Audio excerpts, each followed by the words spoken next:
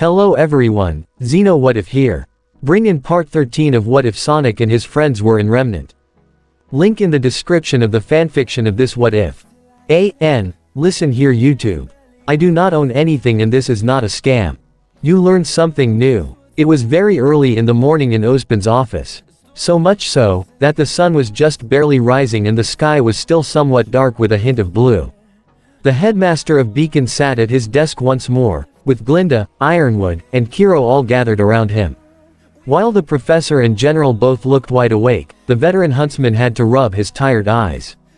Remind me again why we gotta talk about this so early. It couldn't have waited a few more hours. Qrow commented as he drank from his flask. That better be coffee in there. Glinda glared at him. What do you think? He rolled his eyes in response. But you try rushing across a whole continent to get here, show up late in the afternoon, and then duke it out with that one rodent army edgelord and then we'll see who's refreshed. I apologize for the inconvenience, Qrow. Ozpin said sincerely. But time is not quite on our side here. We need to find our next candidate for the Fall Maiden and ideally I would like to find her before the day's end. And after that, you intend to involve Sonic and the others in all of this? Ironwood asked.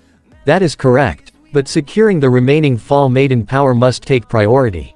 Ozpin said before addressing all his cohorts. So, if any of you have any possible recommendations, I encourage you to say it now. I'm glad you said so. Ironwood replied, speaking first. I would like to recommend Winter Schnee as our candidate. He quickly noticed Qrow was about to speak in protest. And before my suggestion is ignored or brushed off, I'd at least like for you to hear my reasoning for it. You're not being ignored or brushed off, James. Your opinion holds just as much value as everyone else's here, Ozpin said, casting a glance at Qrow, silently telling him to not interrupt, to which Qrow just shrugged and reluctantly gestured to keep going. Now then, for what reason would you believe Winter to be a suitable candidate? She is an outstanding talent and a hard worker. Ironwood began. She's as loyal and a tactical thinker. She has complete mastery over her semblance and her skill with a blade is second to none. He noticed Qrow's eye roll at that but ignored it. But above all else, she is a soldier and is capable of making the hard choices if she has to. And what of the two members of your ace ops? Ozpin asked. Do you believe either of them to be worthy candidates? I have no doubt that specialists Bree and Eddern would make excellent maidens, however, I don't think that would be the wisest option. Ironwood said. Simply because both of them are more effective in their unit and better perform as a team. While Winter has shown that she is a capable fighter on her own. And completely loyal to you. Qrow put in. You'd have the Fall Maiden under your total control. Ironwood didn't rise to Qrow's bait but addressed his concerns, nonetheless.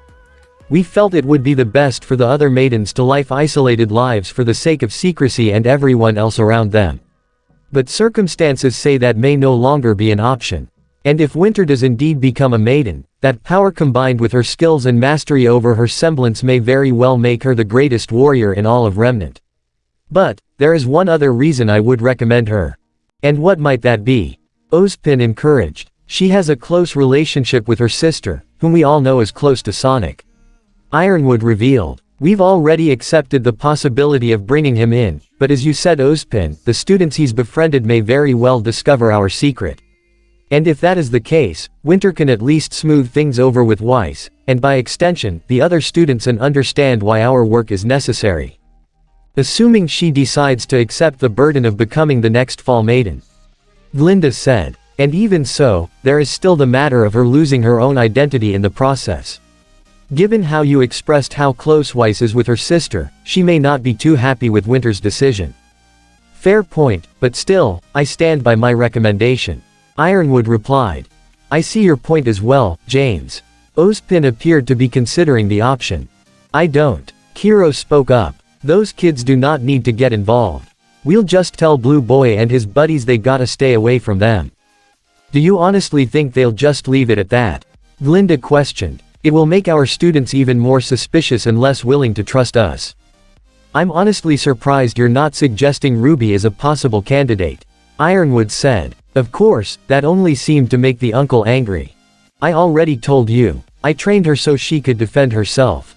Not to get her involved in this damn war. Qrow argued, stepping up to Ironwood's face. This isn't criticism, Qrow, it's a genuine question. Ironwood said, maintaining a calm expression as he raised his hand. If the maiden power can enhance her silver eyes, that could make for an even more powerful warrior. Except for the fact she hasn't used them, yet. Qrow argued. She's already got a target on her back because of her eyes, I'm not gonna add more to it. Ironwood sighed before turning towards the beacon headmaster. Ozpin, I am honestly curious. Has there ever been a silver-eyed maiden in the past? Not that I'm aware of. Ozpin answered. And even if that were the case, we don't know for sure if the maiden powers will indeed enhance her that within her eyes. That aside, while young Ruby's heart is in the right place, I don't believe she is mentally prepared to make such a decision. She's far too young, Glinda said. And what of the rest of her team? Ironwood asked. Again, he noticed Qrow's hardened glare. Was he suggesting that Yang could be a candidate? But sensing the growing hostility, Glinda quickly moved in between the two men. None of them are ready. Glinda explained. Weiss has a good handle on her semblance, but she's not emotionally prepared to make a hard decision. Blake's past in the White Fang could make her a valuable use of intelligence if they are involved with Robotnik and Salem, and her stealth skills would be useful as well. But, she's only just recently opening up to her team and other students, it wouldn't do well for her if we were to ask her to live an isolated life. The same could be said for Yang, who is too emotionally attached to her sister. I would not recommend any of them, and honestly, I do not want any of our students having to go through what we are suggesting. Neither do I, Ozpin agreed. However, we may indeed have to make a hard choice as we are running out of time. Though, I can safely say that even if we do tell the members of Team RWBY the truth of Salem, I agree with Glinda that none of them are ready to accept the burden of a maiden, especially with what we must do regarding this one. That seemed to cause Glinda some relief, and while Qrow was just as relieved that neither of his nieces would become maidens, it still didn't sit right with him to get them involved in the secret war. I've made my recommendation. What of you, Qrow? Seeing how you're so adamant about this, any recommendations on your end? Ironwood asked. No, nobody. Qrow shook his head. I may have a few ideas myself. Ozpin said. Are there any other ones from you, Glinda? No, sir. She shook her head. Then this meeting is adjourned. Ozpin spoke up, standing up from his seat. I will reach out to all of you with a final decision before the end of the doubles round. You are dismissed, except for you, Qrow. I would like one last word with you. Sure. Qrow accepted as Ironwood and Glinda walked towards the elevator. Once inside, and being lowered down, Ozpin gave an exhausted sigh before he spoke. Qrow, I can understand why you feel frustrated with James right now. But must you consistently provoke him like this? Hey, I'm just speaking my mind. Qrow stated, without even a hint of tact. Ozpin argued, while I do value your opinion, I find your constant jabs at one of our allies to be completely unnecessary. James is not the enemy, here.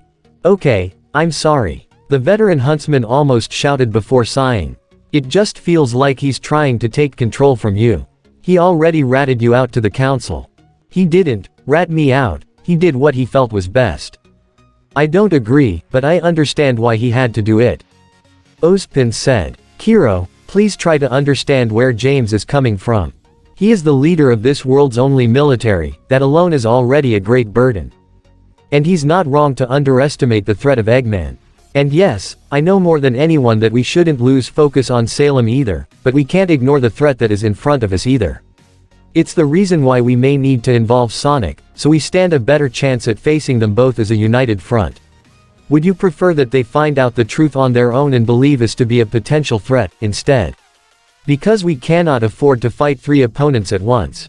Qrow knew that Ozpin was at least right in that regard.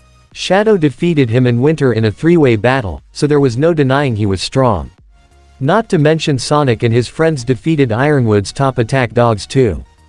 And if Ruby and the others were really getting so close to Sonic, that could potentially make his nieces their enemies if they all believe Ozpin was the bad guy. He would be damned if that were to happen. Fine, Qrow accepted, but I don't have to like it. But seriously, are you really considering making Winter the maiden? I am considering offering her the choice, yes. Ozpin answered. James wasn't wrong about his reasoning, and we would gain much from it. But that does not mean I've made my choice, yet. I'm only considering it. We have to keep an open mind here, and I would recommend that you keep an open mind regarding Sonic. It wouldn't hurt to actually get to know him before immediately deciding that you don't like him. I wouldn't mind sharing a drink with the blue guy, if he didn't involve Ruby or Yang in any of this. Qrow said. Ozpin sighed, understanding why Qrow was so steadfast about not involving his nieces. They will not be children forever, Qrow. As much as we don't like it, Ruby does have a target on her back. But Sonic has not only shown he is capable of protecting her, but he's also had quite the positive impact on her as well. All of his friends have had that sort of impact on our students.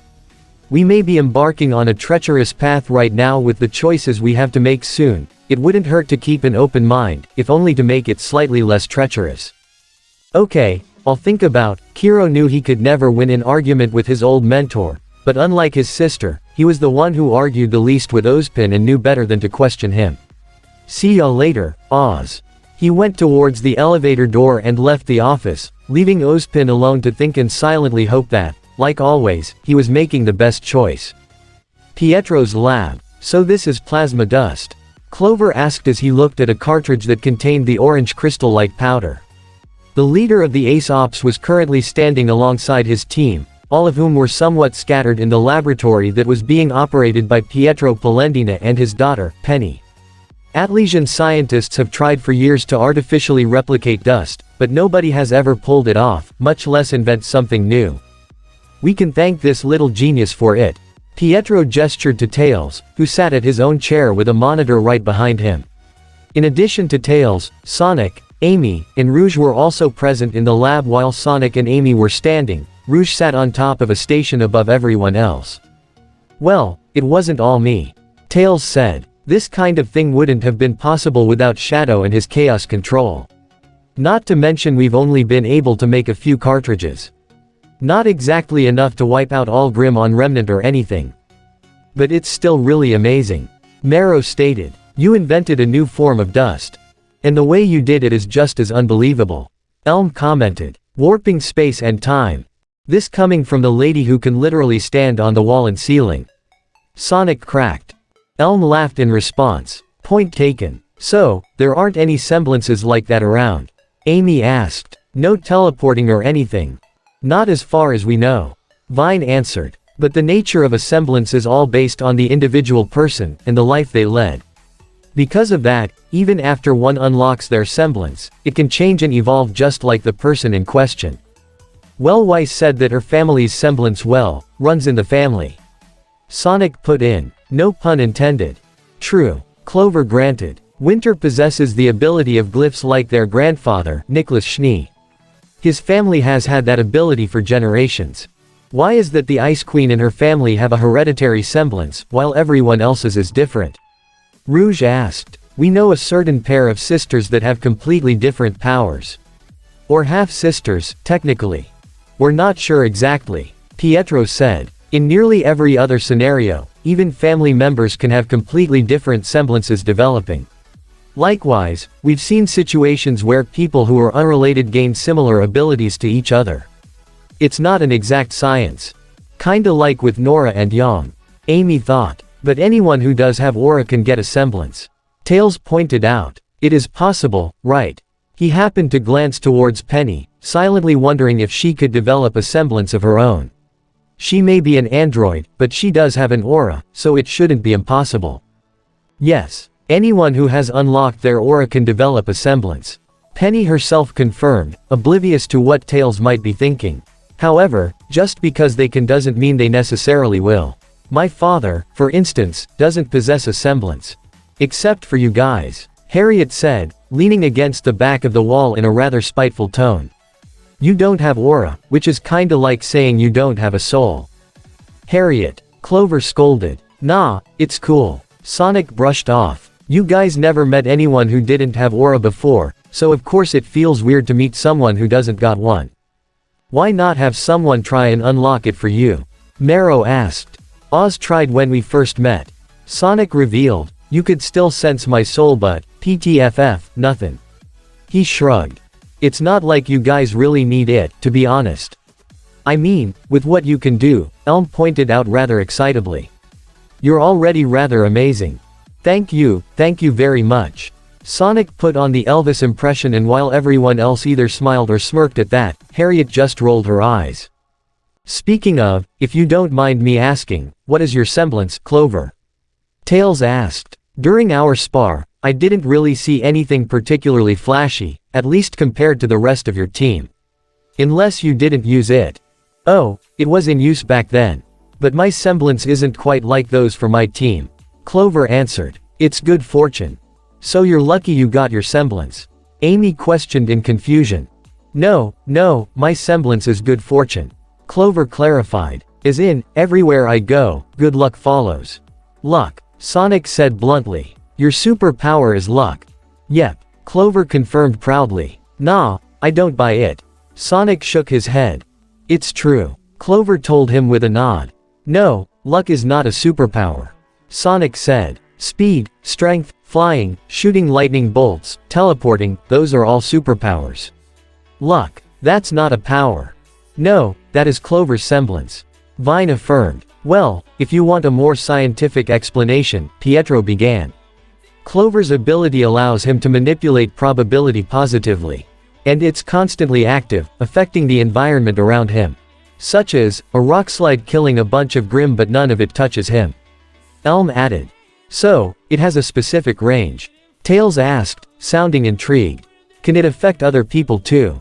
Like within a certain vicinity? It can, but it's more so focused on me. Clover said.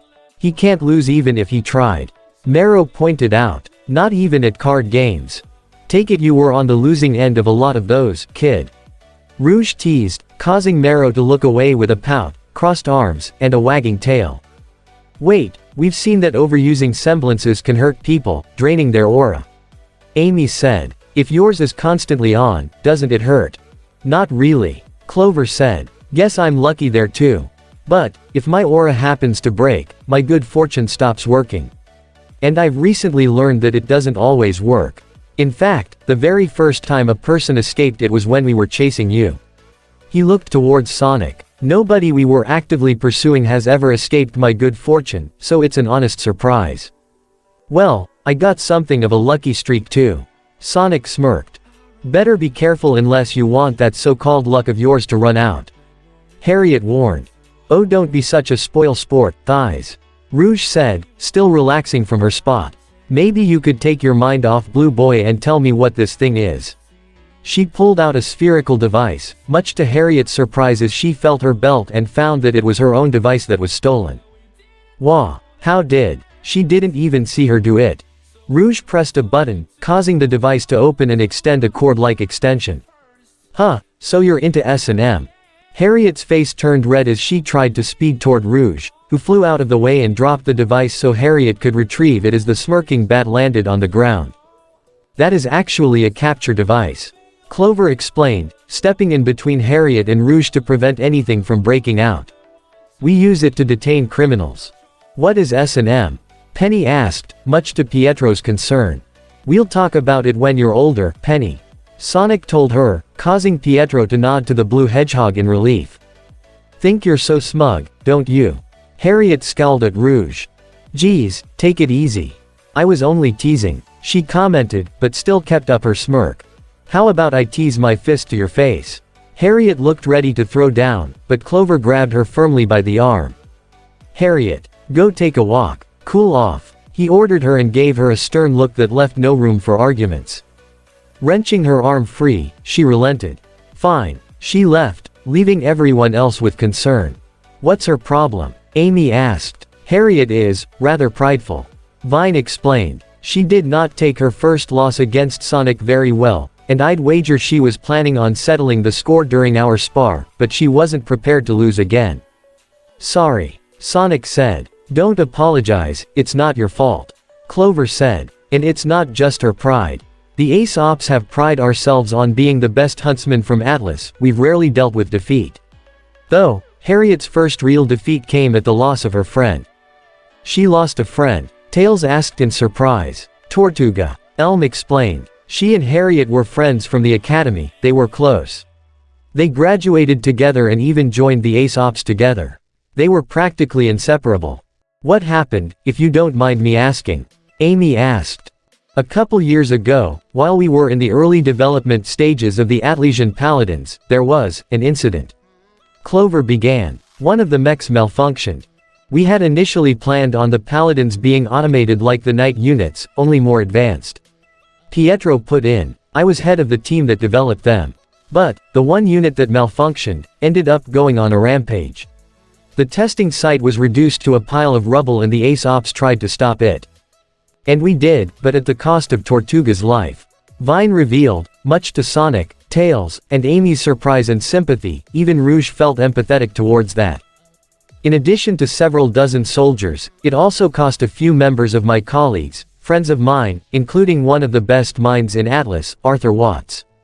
Pietro said, looking down, to which Penny put a hand on his shoulder, which he appreciated as he put his own hand on hers. I'm sorry to hear that. Sonic said, feeling a new sense of sympathy towards Harriet. He knew what it was like to lose someone you care for, having lost his guardian, Longclaw, as well as almost losing all his friends when he shattered the Paradox Prism. Though he was able to fix it all, it was not an easy task, as he made the same kind of mistake in losing the trust of another friend, and then saying goodbye to him and all the other friends he made. But Harriet's case was still different. While Sonic was able to get all his friends back, Harriet could not. Thank you, but it comes with the job. Clover replied. We're huntsmen. Danger is drawn to us like gravity. However, that one word is what got Tails' attention. Gravity. His eyes slowly widened as the cogs in his head ticked and an idea came to him. Eureka! That exclamation caught everyone's attention as Tails excitedly swerved his chair around and he got back to the monitor and was typing at a rapid pace. How could I not have seen it? It was practically staring me dead in the face. Bro, what are you talking about? Sonic asked. Gravity dust. That is how we're gonna do it. That's how we're gonna make more plasma dust. Tails revealed, much to everyone's surprise. How is gravity going to help us make more dust, exactly? Marrow questioned. Gravity is more than just stuff falling down. It's one of the 4 fundamental forces of the universe. Tails explained excitedly as he continued to type. It's naturally capable of warping time and space. How do you think black holes work? The singularity creates a gravitational force so strong that not even light escapes it. It's also how the planets in a solar system orbit the sun in the middle, or the moons around the planet. It creates a distortion in space-time that draws in the object of lower mass and creates the orbit. If we're able to harness the power of gravity dust and potentially create a singularity with it, we may be able to merge different forms of dust together. Pietro realized where Tails was going with this before a wide smile formed on his face. Ha, ha, young Tails, you have done it once again. I never even considered using gravity dust like that. In addition, it also means we don't need the Chaos Emeralds to perform chaos control. Penny added as she and her father joined Tails. Since gravity dust is more abundant compared to the emeralds, we have access to more resources.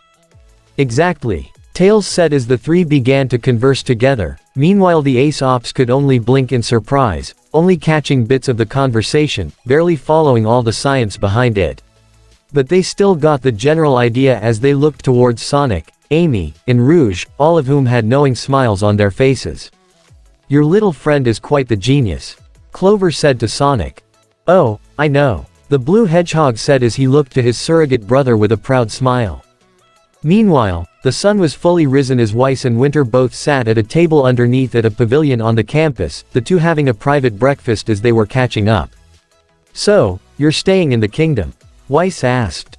I am. To deal with Eggman should he and his forces attack the festival. Winter confirmed, sipping her tea. Of course, though, I'm also hopping that, if you're able to, you'll watch my match in the doubles round. Weiss said. Ruby and I are working together. And which one of you is advancing to the singles should you win that match? Winter asked. We haven't decided yet. Weiss answered, looking away briefly before speaking with confidence. But I am prepared to fight if I am chosen. And if not, Winter continued to ask, then I will respect my leader's choice. Weiss said, and cheer for her as loud as I can. She stated with a smile. A small smile formed on Winter's face. You've changed, since coming here, Weiss. You seem more open, confident, even when things don't go your way. You've grown quite a bit. Well, it wasn't easy, Weiss admitted, looking away. I wasn't the best person to get along with, and I've had to deal with people who seem more to associate our family name with the crimes the company has committed. Not to mention accepting the fact that our family name has been more tainted than I realized. She clenched her fists, remembering Shadow's and Pfeiffer's words all too well. Winter then slowly reached out to gently grasp her sister's hand and ease her. Weiss, I know how you feel. I know you want to restore the legacy our grandfather left behind. It's the reason I joined the military, to show that a Schnee can protect our kingdom. And your choice to join Beacon, that could be a way to show the world that the Schnees can protect all of Remnant. That we're more than just the shady business of our father. Weiss smiled slightly. Well, I'm not alone. I have friends who can help me. Such as your team? Winter asked. Yes, as well as Sonic and his friends. Weiss added. The things I've learned from him. What I've seen him do, it makes me want to learn more about myself, and see what else I'm capable of, to be the best and strongest I can be. Oh, and what have you learned thus far? Winter asked in curiosity, eager to see just how much the blue hedgehog has had an effect on our sister. Well, more recently, I've learned that I can't always rely on my sword. Weiss took out Maternal. On our last mission, an enemy took it and I was almost completely helpless.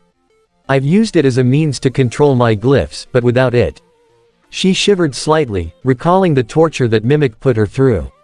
I mean, I'm no puncher or anything, but I feel like I need to expand more with my glyph studies. Find ways of using them without my sword. And what of your summoning? Winter asked. That will certainly give you more options to work with. Weiss looked away even more at that. I haven't been practicing that. It's not that I don't want to. It's just, I've been more so focusing on my teamwork skills, finding ways my abilities can complement them, or theirs with myself.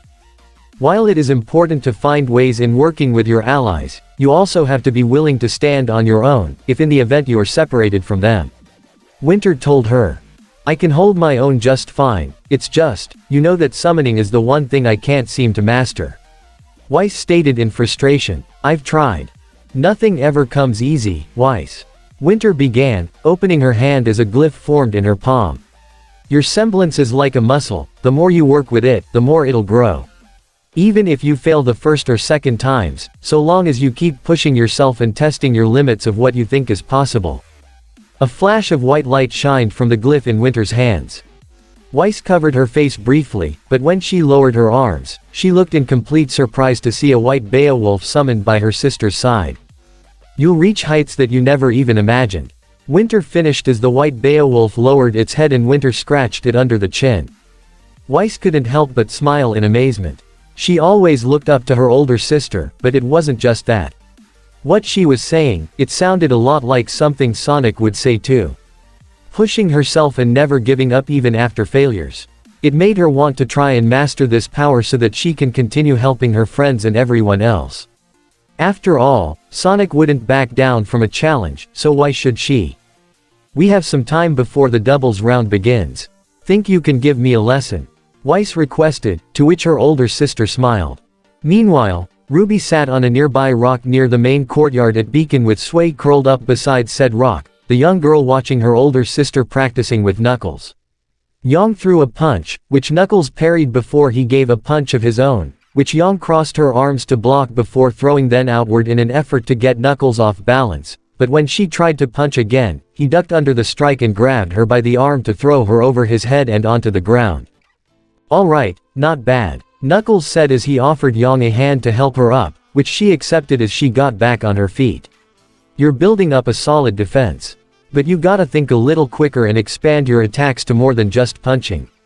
So, maybe grappling or something, like what you just did? She asked. If it works for you. Knuckles answered. Don't forget that your strength increases with your semblance, but that strength can be used for more than just attack and defense. He commented, to which Yang nodded in understanding. Speaking of, how is all that leftover energy from the day before? Did any of it fade yet? Nope, it's all still here. Yang responded, feeling her right arm with her left hand. Might have just gained a tiny bit from this little spar. So maybe we can stockpile it all up. The fact you're also aware of how much energy you're taking in is also progress. Knuckles said. It means you can better measure how much power you can use and how much is left over. We're making progress. Hey thanks, by the way. For all of this. Yang sincerely thanked with a humble tone. Of course. Knuckles smiled, to which Yang smiled back. He then saw Ruby sitting on the rock across from them. Though he did notice her when their training began, he didn't pay much mind to it but was curious. You need something, Ruby? No, I'm just watching. She said. You wanna get in on this? Yang asked before remembering something. On second thought, the doubles round is gonna start in a couple hours, so maybe not much time till yours and Weiss match. It's fine, Ruby replied before looking away somewhat. It's just, with everything that's going on and what we learned yesterday, I kind of feel a little restless. Just wanted some company, if that's alright with you guys. That's perfectly fine, Knuckles assured as he understood what Ruby was talking about. Aside from learning more about the infiltrators and getting a bit closer to what Ozpin was hiding, they also learned that Qrow was involved with Ozpin's conspiracy. Though to Knuckles that would potentially explain why Qrow wasn't home as often as Ruby had told him, but he could also tell that it was making Ruby and even Yang feel rather conflicted with what was going on, not that he blamed them. Unbeknownst to them, the same black and red-eyed bird that had been spying on them for the past several days was keeping on them even now, perched from her spot in a nearby tree. However, that bird also noticed a certain someone approaching and quickly flew away before he would notice. Hey, what's going on over here? Qrow stepped up, alerting the others to his presence. Uncle Qrow. Ruby would normally be excited and happy to see him, but upon learning of his potential involvement with Ozpin, it left her somewhat conflicted and even a tad nervous about seeing him.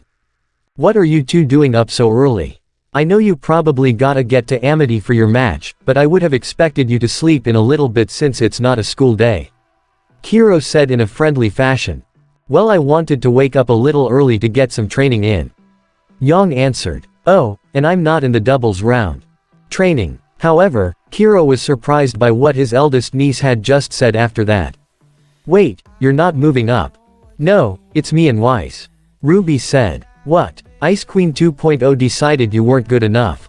Qrow asked in a joking sort of sense, but he was still surprised to hear that Yang wasn't advancing. No, I decided not to move up. Yang explained. Recently I learned that I haven't been using my semblance well. Once more, she felt her own hand as a serious look formed on her face, recalling what occurred with Mimic. That, and I'm sure you noticed that I got a pretty bad temper. Temper. You. PTT. Qrow waved off with a joke. Qrow, I'm serious. Yang glared slightly at him, surprising her uncle. On our last mission, things got pretty bad. It opened my eyes and helped me to understand that I need to do some serious work with myself. Maybe even start over from scratch. So, I asked Knuckles here to help me train so I can fight better and be a better teammate for Ruby. Oh, right, we didn't introduce you guys. Ruby spoke up. Uncle Qrow, this is Knuckles. He's one of Sonic's friends. Knuckles, this is Uncle Qrow. Hello, nice to meet you. Knuckles greeted, offering his hand to shake. Your nieces speak pretty highly of you. Qrow looked skeptical towards the Red Echidna, one of the aliens who was getting his nieces swept up in the conflict that he didn't want them to be a part of. But if he acted hostile towards him now, it would make things worse between them and Ozpin, so he shook his hand. Sup. That was all he said, and it was really all Knuckles expected. So, what's this guy been teaching you? He asked Yang as he sat down on the ground, prompting everyone else to do the same. Well, he's shown that I can use my semblance for defense rather than just a straight-up finisher. Yang began. It might even strengthen my aura. I can even divide up all that stored power and not use it all at once. Heck, even that leftover power I got can still be saved, so I may even try to stockpile it all and have a ready source of power to call on, and not just let myself get hit to build it all up. Oh, that's cool. Qrow replied. Seriously, that did sound like a promising way to use her semblance which, from what he gathered, Yang had always used like a one-trick pony. So why ask this guy for help? Teachers here at Beacon couldn't tell you the same thing. Maybe they tried, but I just didn't listen. Yang said, looking away somewhat, much to Qrow's concern. We ran into a shapeshifter named Mimic. Ruby quickly put in. A real nasty guy who did a number on us. Yang had a real hard time with him. Sorry to hear that, Qrow said. But hey, at least you're learning and moving forward. Yeah, just wish that maybe I'd done it sooner. Yang commented. So, did you get in trouble with Ozpin, Uncle Qrow? Ruby asked, wanting to shift the subject a bit to something more positive. You did tear up our courtyard. Oz and I go way back. We're cool. Qrow waved off. Even though you were the one who picked the fight in the first place, and endangered all his students. Knuckles said with a stern look. Not funny. Qrow glared at him. Who's joking? Knuckles glared back. No, he's right, Qrow. Yang spoke up before any sort of argument could begin. Someone could have really gotten hurt. Was it because you were drinking again? She questioned as she looked towards his flask. Qrow followed her line of sight towards his flask and put it away deeper into his coat. Okay fine, I admit it, not my finest moment. Why did you do it anyway? Ruby asked. Do you hate Weiss, sister? She might seem a bit strict, but I talked with her, and she seems nice. I don't hate Winter. Qrow replied. She and her boss just aren't on my good side right now, mostly because they brought their whole freaking army to Vale. It feels like they're gearing up for a war. Maybe because we are at war. Knuckles told him. Didn't Ozpin tell you about Eggman? Yeah, I heard. Qrow confirmed. A crazy scientist with fancy robots. A whole army of dangerous killer robots, more advanced than what Atlas can come up with. Knuckles put in. And it's not just Eggman. He's recruited the White Fang. Yang added. We fought them a couple times and those guys are no joke. He even teamed up with this other mad scientist named Dr. Merlot. Ruby said as well. He tried to make an army of mutant Grimm. Seriously, he made 3-headed Beowulfs, 2-headed Ursai with 4 arms, a mix between a Beowulf and a Deathstalker, and even a 3-headed Goliath. Seriously, you should have seen that thing. It was gigantic. She threw up her arms in exclamation before falling flat on her back. Eggman is dangerous, and you would be smart to take him seriously. Knuckles told the veteran huntsman. Oh, I'm taking him seriously, that's not the problem. Qrow said. Then, what is? Yang asked. It's the Grimm that are gonna follow. Qrow explained. Ya know. The monsters that are drawn in by negativity. And there's no greater source of negative emotions than a full-scale war. When the shots are fired, the monsters won't be far behind and that'll cause even more chaos. This Eggman guy is basically a sledgehammer, but Ironwood brought another sledgehammer to try and fight back. We don't need an army, because all an army is ever good for is waging wars and Remnant doesn't need another one. Fair point. Knuckles understood that much. So, speaking as a veteran huntsman who knows this world, how would you go about it? Eggman is currently out of reach for us, but if you have any ideas that you'd like to share. Hey, well if you want my opinion, I'd try and get a small team of the best huntsmen out there to take the fight to him. And you're looking at one. Qrow said. Do you have any ideas of where to find Eggman then? Ruby asked. Cause if you do, then maybe you and Sonic. I got no ideas right now, but we'll find it. Qrow replied. Don't forget, you're talking to a member of the best team to ever graduate from Beacon. He pulled out a photograph and showed it to his nieces. Said photograph had a picture of 4 different people. On the far right was Qrow himself, much younger than his current age, and holding his weapon Harbinger over his shoulder.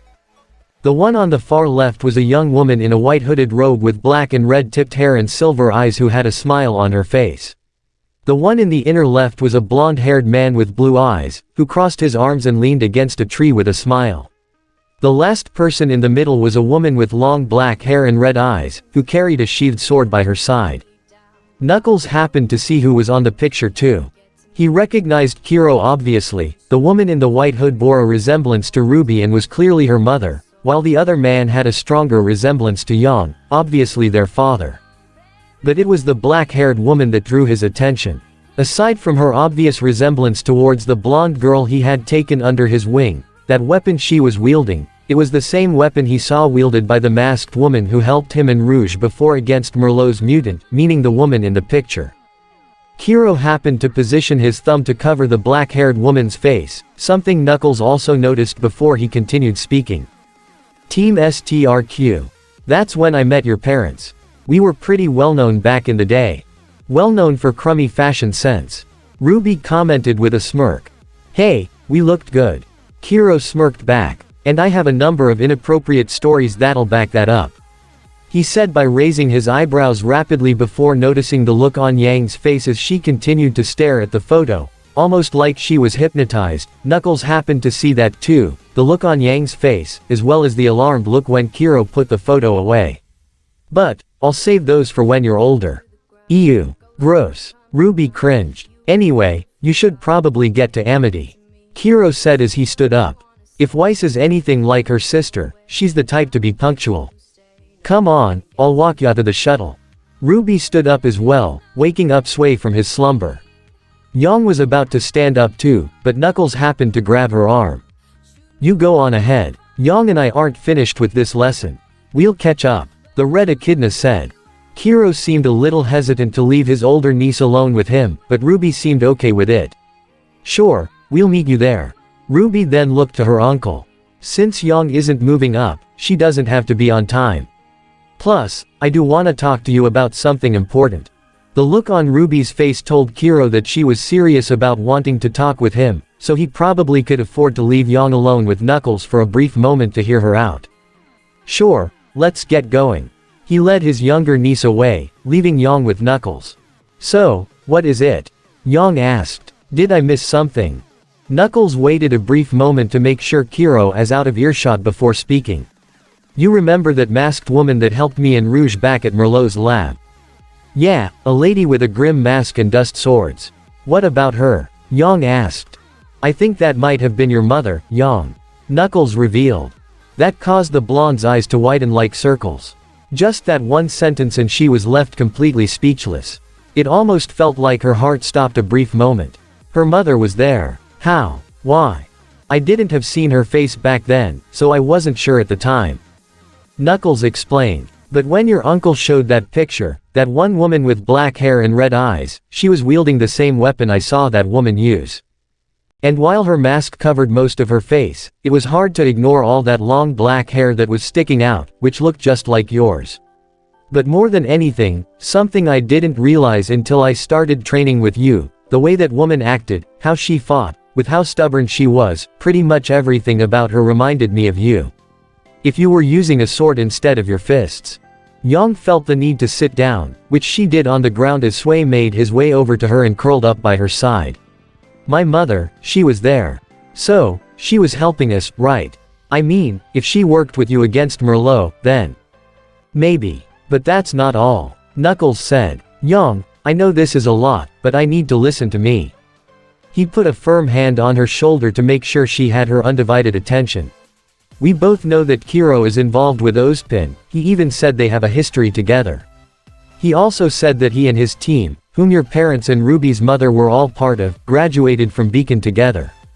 If that's true, then maybe there's a possibility that your whole family was involved with Ozpin's conspiracy. That caused Yang's eyes to widen even more. But, D-Dad's retired, unless, she thought for a moment. We haven't heard at all from him since we left for Beacon. He even had Sway sent here for us to watch. What if he's on a mission for Ozpin right now? That is a possibility. Knuckles granted. But, I have one other question. Do you know what sort of mission Ruby's mother was sent on before she vanished? Did your dad or uncle ever tell you what it is? And no, they never said, she replied before coming to some kind of realization. You think that might have been a part of all this too? It could be, but there is something else here too. Knuckles wasn't finished. The way Qrow acted just now, he covered your mother's face, and it seemed like he was referring to Ruby's mother and your father as both of your parents. Like he didn't even consider your mother to be a part of it. I don't know for sure, but they probably don't have the best relationship. Maybe something happened between them. Maybe it had something to do with Ozpin. Maybe she left of her own accord, or maybe she was exiled. Exiled. As in, kicked out of the family. Why? Yang stuttered. I don't know. Knuckles answered. But we can't afford to jump to conclusions. These are all just ideas that are coming to mind, I could be wrong. Maybe it's just Qrow that's involved and your father doesn't want anything to do with it. Maybe what happened to Ruby's mother didn't have anything to do with Ozpin. That's all possible too, but we have to keep a cool head and focus on what we do know. So, what do we do, then? Yang asked. For now, we have to stay focused on fighting Eggman and finding out what his target is, which also means finding out what Ozpin is hiding from us. Knuckles told her. But, if my mom was at Merlot's lab, then maybe she's here too, somewhere. She could have followed us, right? Maybe she's trying to help us. Yang was clearly going through a lot of emotions right now, something Knuckles knew would happen, but she deserved to know. If that's the case, then why hasn't she come to us directly? Knuckles guessed. Maybe that might also have something to do with Ozpin, or maybe not. But again, we can't afford to split our focus right now. If we do find out what's going on with Ozpin and Qrow, maybe it might give us some answers with your mother. But if it doesn't, I promise, I'll help you find the answers you're looking for. That last bit really caught Yang's attention. Really? Why you'd help me find my mom? I know how it feels when a parent vanishes from your life, you know I do. Knuckles told her, placing both hands on her shoulders. Aside from being curious myself, I know this means a lot to you, so of course I'm going to help you. It's what friends do, right? He asked with a smile. Yang wasted no time in wrapping her arms around him, tears forming in her clenched eyes. Thank you. She was confused on a lot right now, but she did know one thing for certain. She could count on Knuckles and depend on him. Whatever happens, she trusted him unconditionally. Knuckles maintained his smile as he wrapped one arm around her in return and patted her back just as Sui nuzzled up by Yang's side. Just as she trusted him, he would have her back no matter what. Qrow escorted Ruby to the docking port where the shuttles would pick up students to take to the Amity Arena. A number of students were already there, waiting for the shuttle to arrive. Though, despite being around her beloved uncle, Ruby couldn't help but feel nervous. She hadn't forgotten what Shadow told her, about Qrow not being trustworthy. As much as she didn't want to believe him on that regard, she had to admit that Shadow was at least on point with Ozpin hiding something from all of them, specifically on the Headmaster withholding knowledge about whom Eggman is working with and why Beacon was being targeted. If it were just her Headmaster, that would be one thing. She had only known him for when she enrolled in Beacon, but her uncle. Someone who's been a part of her family since she was born. He may not be related to her by blood, but she still considered him such. To say she was conflicted and upset about this would be an understatement. Hey, something wrong, kiddo? Qrow asked, picking up on Ruby's nervousness. As much as she wanted to talk to him about everything that's going on, she didn't want to cause trouble for Sonic and his friends. But she still had something that she needed to talk with him about. And it's something that has been on her mind as well. Uncle Qrow, why didn't you train Yang? Ruby asked. I'm sorry. He didn't quite seem to understand what she was saying. Remember how I told you about that mimic guy messing with Yang? Ruby began. It was really bad, but it wasn't just because of him. Before that whole mess, Knuckles tried to tell Yang how flawed her fighting style was, challenged her to a sparring match, and she lost. She didn't take it very well, but he was right. I didn't even see it myself, despite me being the leader of my team. Hey, she's your big sister. So, it makes sense you'd overlook something like that. Qrow put in. That doesn't make it right though. Ruby said, surprising Qrow. I'm the leader and I need to take that seriously, even with Yang. So I need to ask, why didn't you help her? I mean, you're a pro huntsman. I'm sure you've seen how she used to handle her semblance, but you only seem to focus on me. Okay, yes. I was total garbage before, I really needed the help too, and I'm glad you were there to help me. Really, I am. But Yang needed help too. Even if your fighting styles are different, you could have at least told her where she needed help, and I'm sure she would have listened to you. So why didn't you? Qrow did not expect Ruby to act in this sort of manner. On one hand, he was proud of how serious she was taking her role as a leader, but on the other hand, it felt like she was also interrogating him and that wasn't something he really was expecting from her of all people. But her concerns were valid, and she was owed an answer. Okay, maybe I did notice a few things, he said, but, for the most part, she seemed to handle herself well. And like you said, you needed my help more. I try not to think like I'm prioritizing one of my nieces over the other or whatever, but as a teacher I felt I'd probably best help the person who needed it more. And hey, she's at least getting help now, right? What about your old man? I'm sure he helped her too, right? I do want to talk to Dad later about this. Ruby replied. But, I just wish that maybe you could have been at least said something to her. I'm just upset that Yang only realized how bad it was with her because she was fighting a dangerous killer. Hey, even a lesson learned the hard way is still a lesson learned. Qrow put in. But why didn't you say something to her beforehand? Ruby continued. Not just while you were at Signal. Why didn't you come home? Why did you leave right after I got accepted into Beacon? Someone's gotta help you guys with money. Qrow responded. And being a pro huntsman isn't like punching a time clock where I can be home by 6:30. We barely see you at all. Ruby said, turning fully toward him. Sure, you try to make our birthdays, and even when you can't you at least call us. But, you're home like once or twice a year. Maybe it's not like a day at the office, but not every huntsman job takes a year to do, right? After we lost Mom, Ruby paused a bit. You know how Dad shut down. He might be getting better now but, Yang basically raised me by herself. I just wish you were home more often. We miss you, I miss you. Can't you take a week off or something to just come by and talk with us? Why are you always gone? We're family, aren't we? Ruby Qrow hesitated before speaking. Of course, we're family. Look, I'm sorry I'm not as home as I would like to be.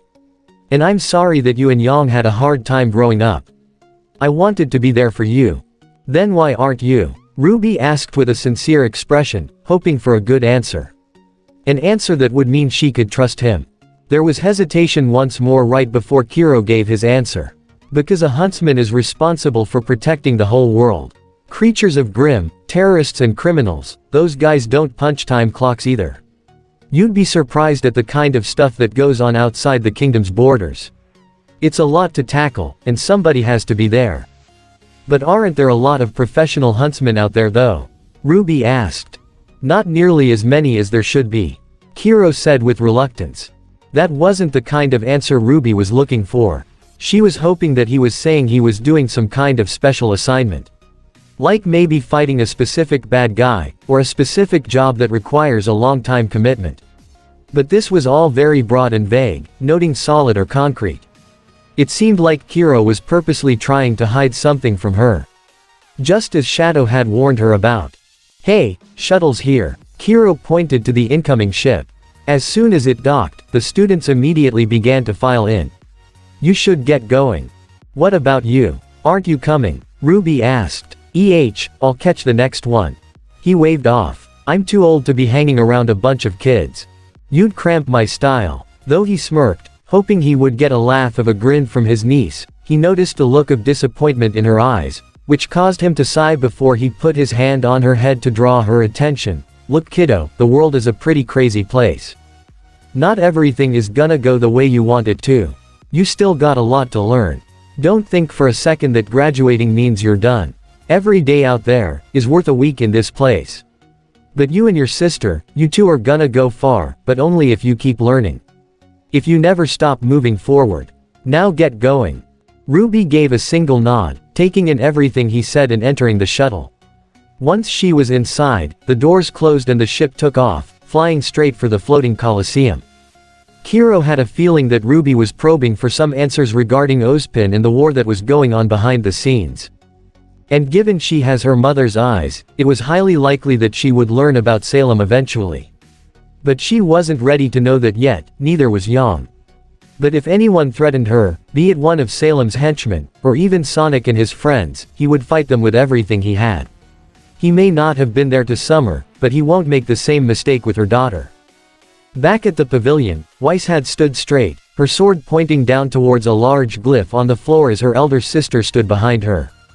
Excellent form, Winter said. Now, think to your fallen foes. The ones who forced you to push yourself past who you were and become who you are now. Think of them and watch as they come to your side. Weiss gritted her teeth as she tried to focus as hard as she could, the glyph spinning rapidly on the floor, but nothing else was happening, no matter how hard she pictured it.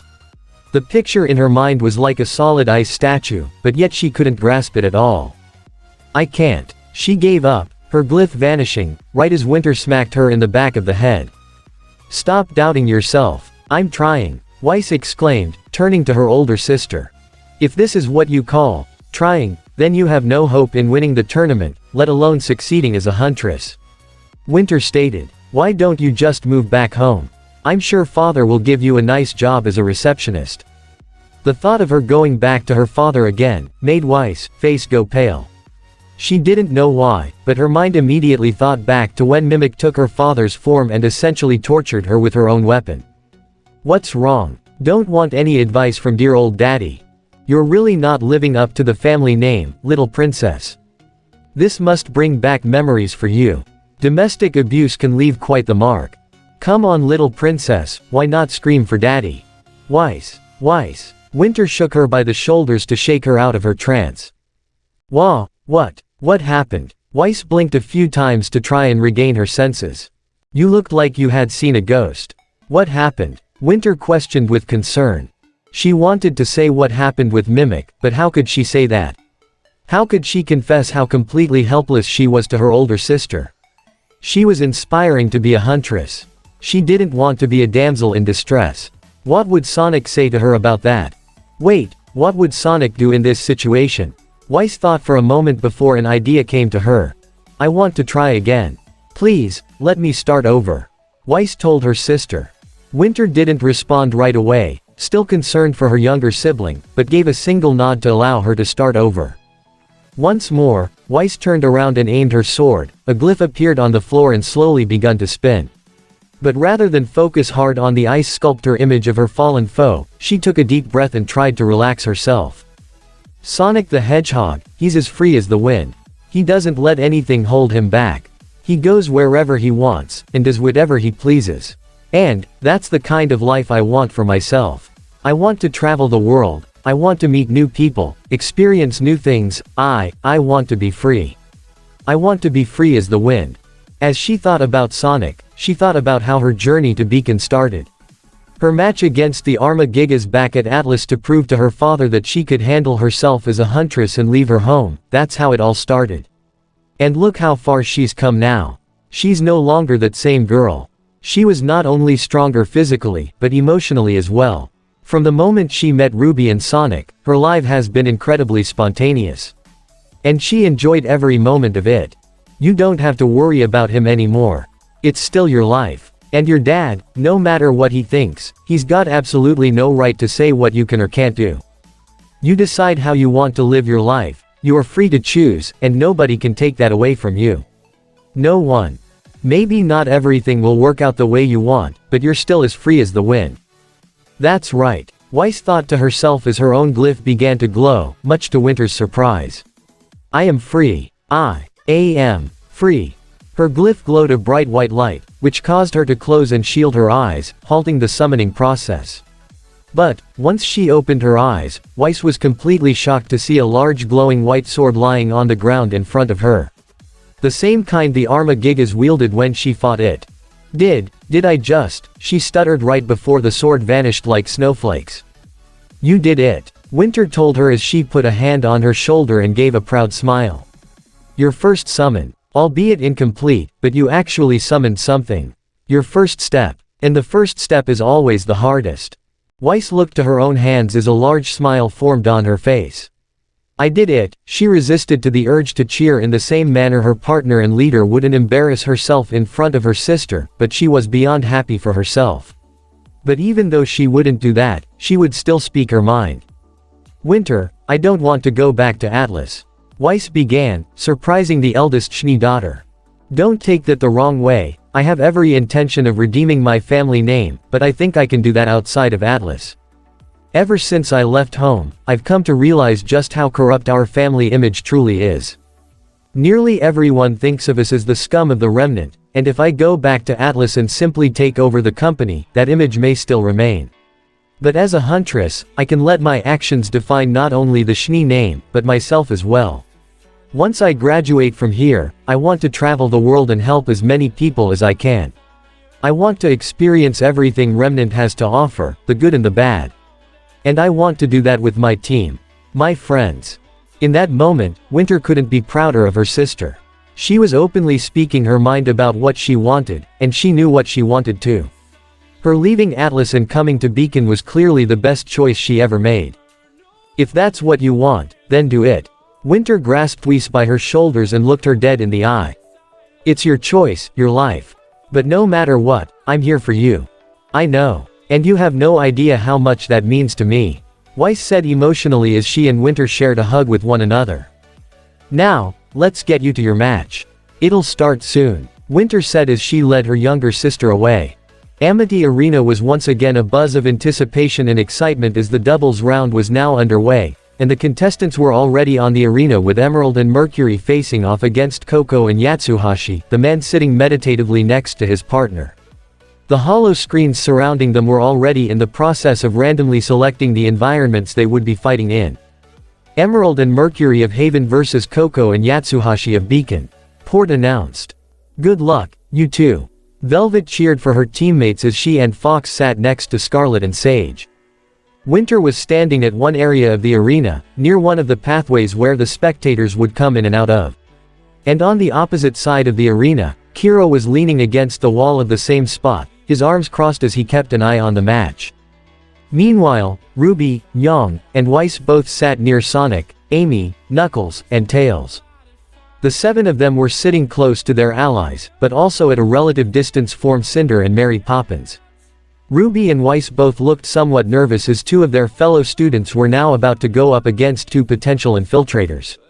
But they both happened to look towards Sonic, who gave them reassuring smiles, which caused them some sort of relief while Yang, Knuckles, Tails, and Amy would be keeping a close eye on this match. And they were not the only ones. Shadow, Omega, and Rouge were closer to the arena, standing near one of the entrance tunnels where they were soon joined by Blake, Ren, and John to get a closer view of the action. Do you recognize either of them from your time in the White Fang? Shadow asked Blake. No, the cat Faunus shook her head. When I was still there, they wouldn't even consider allying with humans. Looks like things have changed, it seems. Ren commented. You can probably thank Eggman for that, Rouge said. But we still don't know for sure if they're involved with that Cinder Lady and Torchwick's partner, right? John asked. Which is why we are observing this fight to confirm whether or not that is true. Omega stated. All my sensors are now active and focused on the match. Whatever secrets they have, their weapons or semblances, I will determine them here and now. Keep those ears of yours peeled too, kid.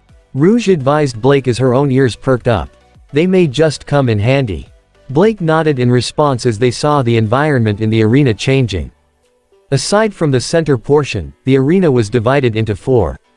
One section was based off a savanna where super tall grass and plants stretched upward. On the right was an environment was based off that of a ruined city. There was also a rocky and geyser-based environment. And the last one was a forested area. Hey, love the outfit, kid. Qrow complimented Emerald, tipping her sunglasses down slightly. I'll try not to get blood on it. The green-haired replied. Yatsuhashi stood up and drew his sword. I can't promise you'll leave without a scratch. I won't be the one bleeding. Emerald smirked as she rolled her shoulder. Oh, I like her. Qrow was already fired up. 3, 2, 1, begin. Port announced. But rather than charge directly into the fight like most other previous matches, Emerald and Mercury slowly backed away into the elongated grass of the savanna environment. The plants were so tall that it didn't take very long for the two to disappear from sight completely. Qrow and Yatsuhashi exchanged glances before the former drew her massive Gatling gun, Janduya, and opened fire. Her rapid-fire shots quickly cut down all the grass to deprive the enemy of their hiding spot. Though a few stray bullets would hit the force field that was protecting the audience. However, despite mowing down the lawn, so to speak, there was absolutely no sign of the enemy, much to both of their concern. Above you, Velvet warned her teammates. Mercury suddenly fell down, seemingly from the sky, and was gunning straight for Qrow. But Yatsuhashi quickly pushed her out of the way and used his enormous sword, Fulcrum, to block the attack. Mercury pressed both his boots against the sword before Yatsuhashi threw him off. He spun in the air before landing and faced both Qrow and Yatsuhashi with a smirk. Qrow fired off immediately, prompting Mercury to dash away. The bullets from Coco's gun just barely at his feet. Sonic and Knuckles were the first to catch this. "He's good," Sage commented. "Yeah, but where's the girl?" Scarlet wondered. Mercury appeared in between Coco and Yatsuhashi, and jumped up to avoid the horizontal slice from the latter while kicking away the gun of the former. As soon as he landed, Mercury dealt a powerful kick to Yatsuhashi and followed through with a flipping kick to the face and knock him off balance. He glanced behind to see Coco aiming Janduya at him and jumped up just as she opened fire. He landed on her gun and kicked her in the face. Yatsuhashi slashed at him again, but Mercury jumped to avoid that, but was unable to avoid a smack from the man's arm which sent him over Coco. But he grabbed her by the back of her collar and kicked the back of her gun so that it pointed directly into Yatsusashi's stomach, something Team Dark took notice of. Coco quickly converted Janduya from its Gatling gun mode to its suitcase and swung it at Mercury, who backflipped to get some distance before kicking at his own feet and shooting a pair of projectiles at the pair. Coco batted one away while Yatsuhashi used Pilgrim to slice the other. However, both were surprised to see Mercury standing on his hands and spinning his feet, kicking out several projectiles that spun around him almost like a vortex before sending all of them towards the pair of students. This resulted in multiple explosions erupting all around and in between them, pushing both of them closer towards the forest environment. Though Coco and Yatsuhashi were left largely unscathed, it provided enough of a smokescreen to allow Mercury a chance to appear behind them. He quickly grabbed both of their hands with his own and slammed them into each other, and moved in between, still keeping firm grips on their hands as he kicked each of them before delivering a double kick to Coco and knocking her towards the edge of the forest. Before she even had the chance to recover, a set of chains came out from the shadows of the trees to ensnare Coco and then yank her deep into the forest. "Coco," Yatsuhashi called to her, "should worry about yourself," Mercury said as he gave a spinning kick to his face once more. But this only seemed to anger the man as he quickly reached out and grabbed Mercury by the face and used his strength to haul and throw him into the geyser environment. Mercury bounced across the rock and water before stopping and landing flat on his back. Pressing the advantage, Yatsuhashi jumped high into the air and came back down, hauling Pilgrim up and brought it down toward his enemy. But Mercury held up both his feet to kick and block Yatsusashi's massive strike. The force of the impact was strong enough to create a shockwave that tore up much of the rocky terrain and erupt several of the surrounding geysers. Despite being blind, even Fox felt the pressure from that force. He's strong enough to hold back Yatsuhashi. And he wasn't the only one who felt that way. Young looked towards Knuckles with concern while the Red Echidna returned the look with a serious expression of his own. Mercury then kicked back Fulcrum and tried to utilize a roundhouse, but Yatsuhashi jumped over Mercury to land behind him and swung Pilgrim at Mercury, who blocked and parried it with his boots and legs. He hauled up his left leg and brought it down in front of the larger man to kick up a rock, which he proceeded to kick into Yatsusashi's face, knocking him off balance once again as he tried to retaliate with a swing, while Mercury got on his hands and spun his feet around to kick the sword away before dealing a double kick to his gut and another to the face, knocking Yatsuhashi down, his head falling into a small geyser, which erupted right there. Ooh, Sonic winced at that. Yatsuhashi tried to stand back up, but he was in a complete daze, seeing spots and unable to get a sense of direction, leaving him open for Mercury to finish him off. Meanwhile, Coco had been pulled backwards into the forest by the chains that ensnared her before her back was slammed hard into a tree. She tried to shake off the cobwebs and felt her face, but was surprised to not feel her precious sunglasses.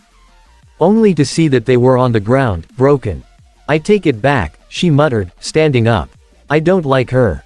She heard a gunshot and just barely limboed a single shot and then backflipped to avoid the gunfire shot at her by Emerald's weapon, Thief's Respite, while she was in one tree. Coco then brought out Janduya in its Gatling mode again and retaliated, shooting at Emerald who jumped and flipped from that one tree, all while firing back with Thief's Respite, and using the hooks of her weapon to swing from tree to tree and avoid the devastating gunfire. But as she swung past one tree, Coco scowled to see that Emerald had disappeared completely. "Damn. Coco." She heard Yatsusashi's voice and turned around to see it was him coming to join her. "Watch out. She's in the trees," she warned, but as she did, she heard a buzzer sound off. "Oh, with that final blow, Yatsuhashi is eliminated," Port announced. Coco looked up at the screen to see the footage of Mercury dealing a powerful enough kick to knock Yatsuhashi unconscious. What? But her teammate was right behind her, wasn't he? She turned around to see that Yatsuhashi was no longer there. What the hell was going on? Was it that girl's semblance? She looked around, saw no sign of her opponent at all. She held her gun, but her hands were starting to shake. So much so that she didn't even notice Emerald right behind her, who unfurled her weapons and slashed at her. Coco's unconscious form was dropped next to Yatsuhashi, followed by another buzzer, signaling the end of the match as Emerald walked out of the forest, spinning around her chained weapon in one hand with a confident smile as she matched her partner. And with an amazing upset, Emerald and Mercury are victorious. Oobleck announced. Oh, Coco, Velvet looked sad for her teammate and friend, prompting Fox to put a hand on her shoulder. Hey, at least they put up a good fight. Scarlet tried to pick up her spirits. They did their best, Sage said as well, despite both feeling disappointed for Coco and Yatsusashi's loss as well. Cinder sat in her spot with a smirk on her face, while the disguised Neapolitan was unfazed, resting her chin on her hand with a bored expression. So they were pretty good, though that Emerald's semblance was similar to hers, meaning she might have to watch out for her. Ruby, Yang, and Weiss weren't sure what to make of the fight, while Tails, Amy, and Knuckles were also serious and Sonic took a moment to think. Didn't see that girl fight, but that guy was pretty quick on his feet. The blue hedgehog thought. Not as fast as me or even Ruby, but still. Well, John asked Team Dark, along with Blake and Ren. What did we get from that? Because I'm not sure if I really caught a whole lot of that. That guy mostly fought with his feet like you, Rouge. But I didn't see the girls fight. That guy's weapon seems to be in his boots, like a pair of shotguns. Rouge noted. Yeah, I heard that too. Blake agreed. Kinda like Yang's gauntlets. They were not just in his boots. Omega reported. The one known as Mercury possess a pair of prosthetics legs, with his weapons built into them.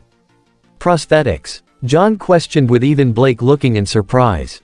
So, his real legs were likely amputated, Shadow noted. Whether it happened recently or earlier in his life, I'm not sure. But that's not even the most concerning note. I didn't even see a semblance activate from him. Not once. What if it was something we couldn't see? Ren wondered before thinking on the situation himself. Though with the way he was fighting, it didn't seem like he even needed a semblance. He was that good. Okay, so what about the girl? John asked. She used the forest for cover, perhaps to likely conceal her semblance. But she could not fool me. Omega projected a hologram of a recording he took from the fight and removed the trees to show Coco standing in the middle with Emerald walking behind her. Though they also noticed Coco turning back to see her before turning around again. Wait, why didn't Coco fight if she saw her coming? John questioned. Watch out, she's in the trees. Rouge quoted, getting their attention as her ears fluttered. Those were her exact words. She thought that was her partner. Blake muttered. A semblance likely capable of causing visual distortion. Omega said. Like Torchwick's partner. Ren asked. Not entirely. Omega paused the holographic recording and shifted the visuals through several spectrums before focusing on one that turned the hologram yellow to reveal a green aura-like structure centered around the still of both Coco and Emerald. The female allied with Torchwick has a semblance that creates a visual illusion around herself and the general area. However, the one known as Emerald's ability seems to focus more on a specific target while she herself remains unchanged. She causes hallucinations. Shadows deduced. Precisely. Omega confirmed. So we got a girl who can cause hallucinations, which seems perfect for stealth ops, and a guy who's pretty much a master of close-ranged combat who may not even need a semblance, Rouge listed off. Yeah, you don't just turn up students that good. So you think they're involved with that Cinder? John asked. Like, actual accomplices and not hostages. They're involved, Shadow said without a hint of hesitation. The whole team is in league with Eggman. Omega, send the data to Sonic and the others via their scrolls. We make no mention of this to Ozpin and the others yet, not until we have confirmation from Tails' antivirus later today. Affirmative. Omega acknowledged as he remotely sent the info. The rest of you, keep this quiet until then as well. The Black Hedgehog told Blake, John, and Ren. We can't let them know we're onto them yet, not until we find out what their target is. Understood. Ren nodded along with Blake, to which John just had a serious but understanding look on his face. Don't worry, we won't say anything. They turned around to see Pyrrha and Nora approaching them, the former being the one who spoke. Yeah, we can keep a secret. Nora said as well. You guys heard all that, huh? Rouge said with an unsurprised smirk. Pyrrha, Nora, what are you guys doing here? John asked. Our match is up next. Pyrrha answered, pulling out her scroll. The next participants in the doubles round are alerted prior to the previous battle so that we're ready move along once said battle is over. I'm honestly glad that we're not up against those last two guys. Nora said. Not that I think we couldn't take M, but since they're spies and all that, I didn't want to fight some kind of secret assassin that had poison-tipped weapons hidden on them or anything like that. Our next match is about to begin. Oobleck announced. Will the participants please make their way to the arena? They are moving along rather quick. Ren noted. Probably because Ozpin and everyone else are worried about Eggman and the White Fang, so they want to get these rounds done quickly and not worry about them showing up in the middle of it all. Blake assumed. We should get going then. John said as he, Ren, Blake, and Team Dark went back down the tunnel, though he stopped to say something to Pyrrha. Good luck, not that you need it but. I'll be fine. Thank you, John. Pyrrha smiled and nodded, to which John smiled back before running off. Pyrrha then noticed Nora leaning in and giving a teasing and knowing smirk toward her. You should have kissed him or something. Nora. Pyrrha placed a hand over her own mouth with a blush. Yeah, you're right. It would be way better if you did it before the singles round, or even winning the whole dang thing. Nora stated. Way more romantic that way. Enough, please. Pyrrha tried to hold back an embarrassing laugh, to which Nora just nudged her by the arm. Come on, just teasing ya. Let's go out there and kick some butt, partner. The pink-clad girl proclaimed as she threw an arm around her partner. Yes, let's. Pyrrha smiled back. John, Blake, and Ren had met up with the rest of Team RWBY as well as Team Sonic and sat down next to them. Just in time, they're about to start. Amy said. Did you guys get the message? Blake asked discreetly. Yeah, we got it. Sonic confirmed, briefly holding up his scroll before putting it away. Everyone else on Team Sonic and RWBY looked incredibly serious as they all got the message. They knew that Mercury and Emerald were all involved now. With that, they all turned back to the arena to see Pyrrha and Nora were now up in the middle of the arena, facing off against Sun and Neptune. The holo screens once again in the process of randomly selecting the environment for the next battle. We have ourselves some fan favorites here. Oobleck announced as the audience began to cheer. We have Pyrrha and Nora of Beacon against Sun and Neptune of Haven. Meanwhile, Ozpin continued to sit in his office, watching the match about to unfold on the screen projected from his desk. He would be paying close attention to this particular battle, specifically on the red-haired girl participating in it. The surrounding environments the two-person teams had been determined, with 4 different landscapes rising up all around them like before. One was a desert-based area filled with nothing but sand and dunes, another was a valley filled with several small hills, the third was a frozen tundra, and the last one to complete the circle was a beach with the ocean behind it, much to Neptune's horror as he gasped at the sight of it. "Aw damn it," he muttered. "Looks like you forgot to bring your floaties." Nora teased. While Neptune pouted at that, Sun actually chuckled at the joke. "Nice one. Here's hoping for a good fight." Pyrrha nodded. "You too." Sun nodded back. "But don't think we're gonna go easy on ya just because we're friends. I would be ashamed if you did." Pyrrha replied with approval. "But Weiss did have us promise that if we were to fight you in the tournament, we'd make Neptune suffer." Nora said bluntly, pointing behind the boys. Neptune happened to turn around and see Weiss glaring at him from the audience as she made a cutthroat expression with her thumb to her neck, causing Neptune to go pale. "Hey, you know the old saying, hell hath no fury like a girl who's really pissed off." Nora grinned almost maniacally as she drew Monhild, while Pyrrha did the same for Milo and Akoo. 3, 2, 1, begin.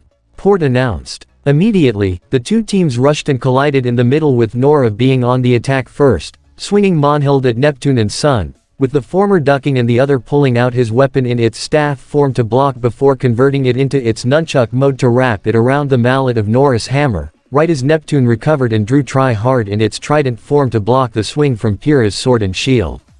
He tried to use it to yank it away from her, only for Nora to use the bear trap on her mallet to catch part of the weapon. Both appeared to be stuck together as Nora grinned at the monkey Faunus. Gotcha. Sun smirked back as he used his agility to flip up, still holding onto RWBY Bang and Jingu Bang with his hands and clap his feet onto the sides of Nora's head and flip over her, wrenching his weapon free before landing behind her. You sure about that? Sun then rushed Nora to spin his weapon around chaotically in its nunchuck mode and smacked it all around Nora, who tried to block it with the pole of her own weapon and swung her mallet at him, but Sun's own speed and agility made attacking and blocking all that difficult as he quickly rolled and leapt around and over her to smack her repeatedly across her body with RWBY Bang and Jingu Bang. Come on, Nora, you can do this, John called to her. Show him what you're made of, Hammer Harpy. Amy called out as well. Nora is strong, but Sun has the advantage in speed and agility. Ren commented, but he still kept a confident smile. But, she's never been one to go down so easily. The pink-clad girl happened to duck under the next staff swing from Sun and held Monhild over her back to spin it rapidly to beat him back. However, Sun back-flipped briefly before vaulting himself straight up with his staff and coming back down to slam his feet onto her to push her to the ground. Pyrrha noticed the trouble her teammate was in, and despite having Milo caught in between the prongs of Try-Hard and using a Qrow to keep the blades from coming close to her, despite appearing that Neptune had her in weapons in a lock, she was able to channel a tiny bit of her polarity semblance to wrench her weapons free and deliver a spinning kick to Neptune's jaw while simultaneously throwing a Qrow out like a frisbee towards Sun, who limboed to avoid it. "Ha, nice try." He pointed toward her, but this left him open for a Qrow to come back and strike him in the back of the head as the shield returned to Pyrrha's hand before rushing Sun and swinging her sword at him, which he used his staff to block as he recovered before quickly converting his weapon into its nunchuck mode, while Pyrrha simultaneously converted a Qrow into its javelin mode as she used that and her shield to block all of Sun's rapid nunchuck strikes, her own agility and speed matching his. Neptune had recovered and converted Try-Hard into its rifle mode and aimed it at Pyrrha, whose back was to him. He and Sun locked eyes as they nodded, with Sun appearing to lock Pyrrha down by tangling his weapon with hers before Neptune fired a series of electric blasts, only for Nora to leap in front of them and take the shots herself. The electricity surged through her body and further increased her already impressive strength. "Thanks for the pick-me-up," Nora cackled, much to Neptune's horror before she jumped high into the air, with Neptune desperately trying to run away to avoid the devastating impact that all but obliterated the central part of the arena, the shockwave blasting Neptune towards the icy tundra environment. "Oh, that would have been bad for Neptune," Oobleck commented. "A shot like that would have been a one-hit KO. But he dodged, so the fight isn't over yet," Port said for emphasis. The shockwave from Nora's strike was enough to knock Sun and Pyrrha off their balance briefly, but the redhead recovered quickly enough to thrust Monhild at Sun's open chest, adding an extra amount of force with her polarity, and send him flying towards the same area where Neptune was in. "Nora, are you alright?" Pyrrha asked as she joined her teammate. "Still kicking," she affirmed with a smile. "See," Ren said to all his friends. "Nora's still good. And with someone like Pyrrha backing her, they're an unstoppable duo," John said enthusiastically. "But even if her semblance does let her absorb electricity, it can still damage her aura, right?" Knuckles asked. "Only if it's too strong for her, and she's trained her body so that she can take a decent amount of electricity," Ren responded. "Like a bolt of lightning," Tails said, recalling JNPR's match in the team's round. "Yes. But, if she takes like maybe 3 or even 4 bolts of lightning in a row, or an even stronger current, then you might need to worry," Ren commented. Yang couldn't help but twinge a bit, once again recalling how her semblance is very similar to Nora's, while everyone else kept their eyes focused on the match unfolding in front of them. "We can't keep going like this," Neptune said to Sun as they recovered. "Yeah, we gotta take Invincible Girl out of the picture," his teammate and leader agreed. "Lure her to the water and try and zap her like you did last time. I'll take care of Nora. If you need help, I'll come in and kick her into it." "Ah, you lost me at water," Neptune said meekly while Sun just groaned. However, they both saw Nora and Pyrrha charging at them. "We don't have a choice. Just do it," Face your fears, man. The monkey Faunus pushed Neptune away while he backflipped in the opposite direction, towards the hilly environment. Oh, help me, the blue-haired young man groaned before he ran towards the ocean area. Pyrrha and Nora stopped briefly as they saw their opponents splitting up. Nora muttered something inaudible to the audience to her partner, to which Pyrrha looked with a tad bit of concern, but nodded anyways, trusting her teammates' judgment. They too split off to go after Neptune and Sun respectively. Wait, they're splitting up? Ruby questioned. Makes sense given their opponents are doing the same thing, but they're going after the wrong opponents. Weiss stated. Sun is too quick and agile for Nora, and she can take the electricity from Neptune's weapon. Blake added. At least Pyrrha could hold her own against Sun. Why move at a disadvantage? Hold on, let's see where this goes. Sonic told them with a knowing smile. I got a feeling something good's about to happen. This caused Ruby, Weiss, and Blake to share concerned looks before turning back toward the fight. Sun had managed to make his way to the top of the tallest hill in his environment with Nora at the base of it. Hey, up for a game of King of the Hill? Sun called down to her before sitting down and taking a meditative position. Sun had activated his semblance, creating 4 glowing golden clones of himself, all of whom leapt down at Nora. She had Monhild at the ready as she swung it rapidly in all directions, but the clones proved to be every bit as quick and agile as Sun himself, avoiding nearly all the strikes and laying down successful punches and kicks to keep Nora constantly off balance. Ooh, it seems Nora's in a bit of a bind here, folks. Oobleck commented. Sun appears to have her both outnumbered and outmatched. Come on Nora. John clenched his fists while Amy looked somewhat nervous and Ren had a steel-clad look on his face, having complete faith in his lifelong friend, but he was starting to feel a bit nervous too. Meanwhile, Neptune had managed to make his way to the beach environment, but skidded to a halt and winced as he saw he was a couple feet away from the shallow water. He then turned around to see Pyrrha quickly making his way towards him, to which Neptune had his try-hard ready in its trident mode, which he lunged at Pyrrha. She blocked it with Milo and swerved around to try and swipe at him with a Qrow, but he quickly pulled back to block her strike with his pole. The force of the strike though knocked him toward the side and onto the sand. His pupils shrunk as he saw the water flowing up and down, coming somewhat close to his face, but he quickly rolled further away and took a brief sigh of relief. Despite still being down however, Neptune converted try-hard into its Guando mode and lunged the glowing blue blade into the sand at Pyrrha's feet, creating an electrical explosion that threw her up into the air, and towards the water. Okay, just like before. A quick dab, and it'll all be over. He tiptoed towards the water, closed his eyes and prepared to lunge the blade. Only for Milo, which had been tossed like a frisbee by Pyrrha while she was in midair, to knock the weapon out of his hands and into the air, much to Neptune's shock. Pyrrha used this to quickly dash out of the water and deal a kick to Neptune's chest and catch try-hard in her own hand. Bait and switch. I believe that is called the bait and switch.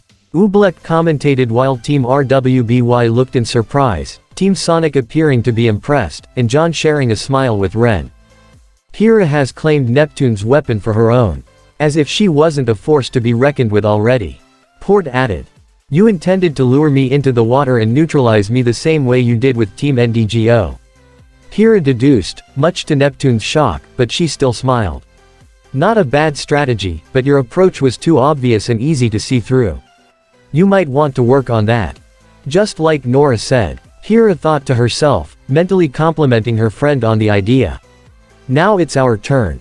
Nora. The redhead called out as she held try-hard in its Guando mode like a javelin and threw it in the direction of the hilly environment, adding a bit of a boost with her semblance. Despite being continuously beaten on by Sun's clones, with Nora herself curled up near the ground, she heard Pyrrha call her name and knew what to do next.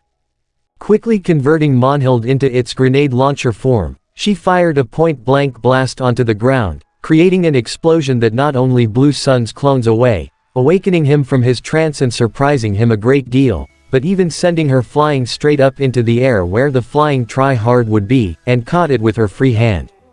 Nora happened to land on the same hill that Sun was on and jammed the electric blade of the stolen weapon into her side and zapped herself with plenty of electricity, much to Sun's further surprise. Yeah, I'm up for a game of Queen of the Hill.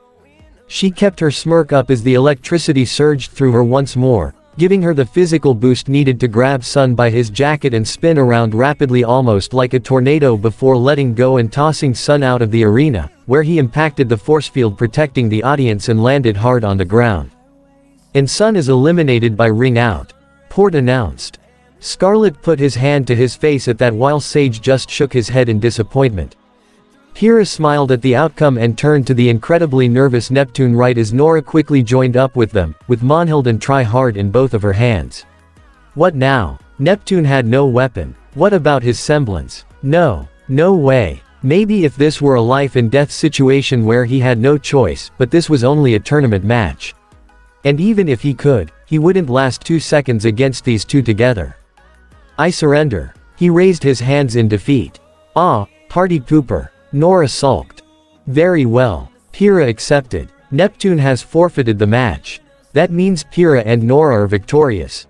Oobleck announced, resulting in the audience clapping. Alright. Wahoo. Sonic and Ruby both cheered as they and the rest of their respective teams, along with John, Ren, all stood up, cheered, and clapped their hands together. Nora walked over and handed Neptune his weapon back, which he took somewhat nervously. You put up a good fight. Pyrrha acknowledged as he offered her hand to shake, to which he accepted. And the fact you were willing to face your fear in the heat battle shows that you're strong. You have a lot of potential, Neptune. I'm sure you'll overcome it someday. Ah, yeah, thanks. Neptune smiled before putting on a tough act. I mean, I don't know what you're talking about. I have no fear of water at all. How about a fear of angry girls? Nora teased, causing Neptune to comically sulk. Friendly advice, watch your back around a certain ice queen. And take women more seriously. Yeah, okay. Neptune walked off, leaving the two teammates. Your plan was brilliant, Nora. Albeit reckless, but still. Pyrrha congratulated her friend. Well, it couldn't have worked without your arm. It's about as invincible as the rest of you. She playfully nudged her arm to the Pyrrha's side. Pyrrha smiled as she took Nora's hand and raised it up high for the whole audience, giving her the credit and praise she deserves, causing the audience to clap and cheer extra loudly, especially their friends. Nora was somewhat surprised to see Pyrrha do this for her. Sure, she always considered her a reliable friend, but this kind of credit and praise. She happened to look towards the direction of her friends where she not only saw Amy give her a thumbs up and a wink, but even Ren smiling and nodding. That caused her to blush as a wide smile formed on her face. Professor Ozpin also smiled as he saw everything from his office. But it wasn't just for his students' victory, it was how they won. Though they had come up with a solid, it was rather reckless on Nora's part. But Pyrrha's strength and faith was able to help them get this win. But the ending is what really sold it for him. Pyrrha made sure that Nora received all the praise and credit that she deserved and not hog it all for herself. Not that he expected her to do so, she was one of his most kind and humble students. And that was what he was looking for. Not just strength and talent, but intelligence and kindness. Anyone is capable of being a warrior, but to be a guardian, one must have proper strength of body, mind, and heart. And Pyrrha had all that in abundance. He had found his candidate. Well, looks like they're making it to the singles. Sonic commented as Nora and Pyrrha had made their way off the arena as the audience continued to clap and cheer. Technically only one of them will be advancing, and I believe it will be Pyrrha. Weiss said. Oh, for sure. Yang agreed. That's not really up to us, but their team. Amy said as she looked towards Ren and John. So, who's up next? Tails wondered. Our next match, Penny and Seal of Atlas. Oobleck announced. Against Russell and Sky of Beacon. Penny's up. Ruby questioned before looking excited. Okay, now I gotta see this. They all sat down once again as they saw the Penny herself step onto the arena with her partner, Seal Soleil. She was a girl with dark skin, dark teal hair, and blue eyes with a gold mark on her forehead. She wore a blue beret, a plain off-white golden button-down shirt with a blue pleated combat skirt and a black waistband, along with black elbow-length fingerless gloves with a silver watch on her left wrist, and black shoes with white golden buttoned boot chaps. The two of them faced off against a pair of bullies from Team CRDL as the environment around them changed just like all the other matches.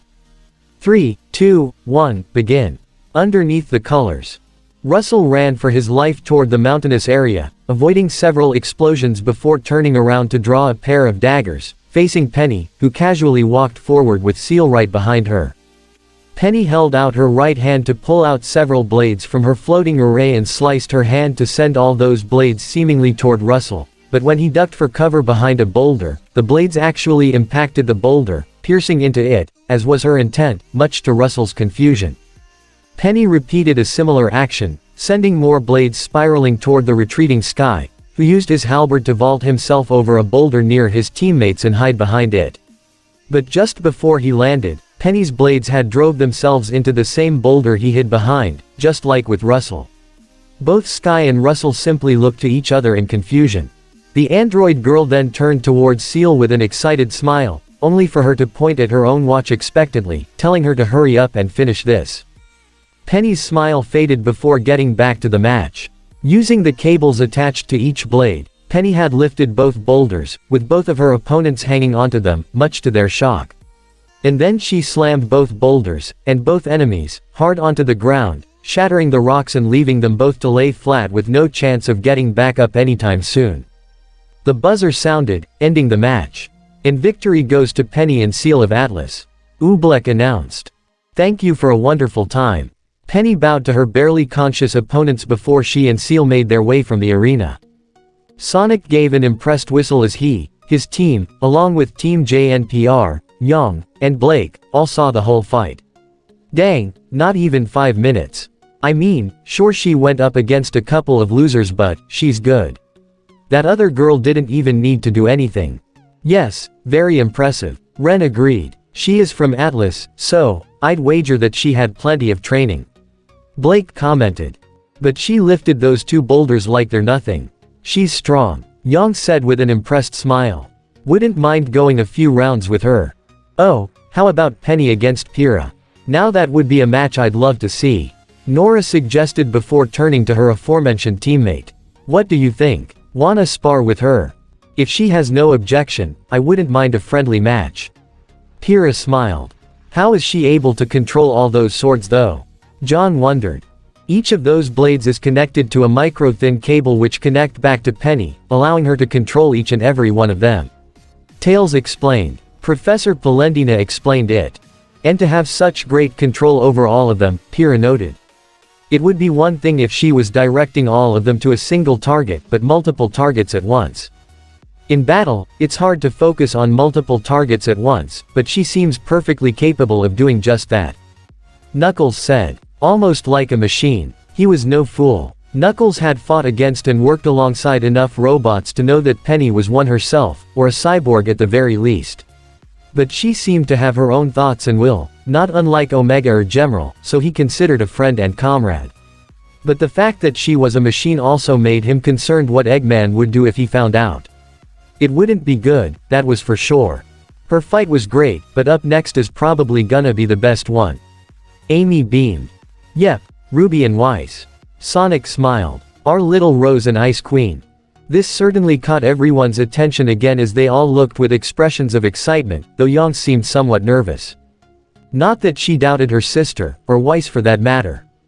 Both were great fighters and they made arguably the best duo in Team RWBY, but her usual big sister instincts couldn't help but fill her being. Not to mention that the infiltrators, whose identities they know as the whole team being led by Cinder was probably out here somewhere, plotting something with Eggman that potentially put Ruby smack dab in the middle of it. However, Yang's thoughts were interrupted as she felt a gentle grasp on her arm, causing Yang to turn and see that it was her own partner. It'll be fine, Blake tried to assure her. I highly doubt anybody is going to try anything out here in front of everyone in Amity. And in the worst case scenario, we'll jump right in. Knuckles also said as he had his own arms crossed, sitting with confidence as he gave Yang an encouraging grin.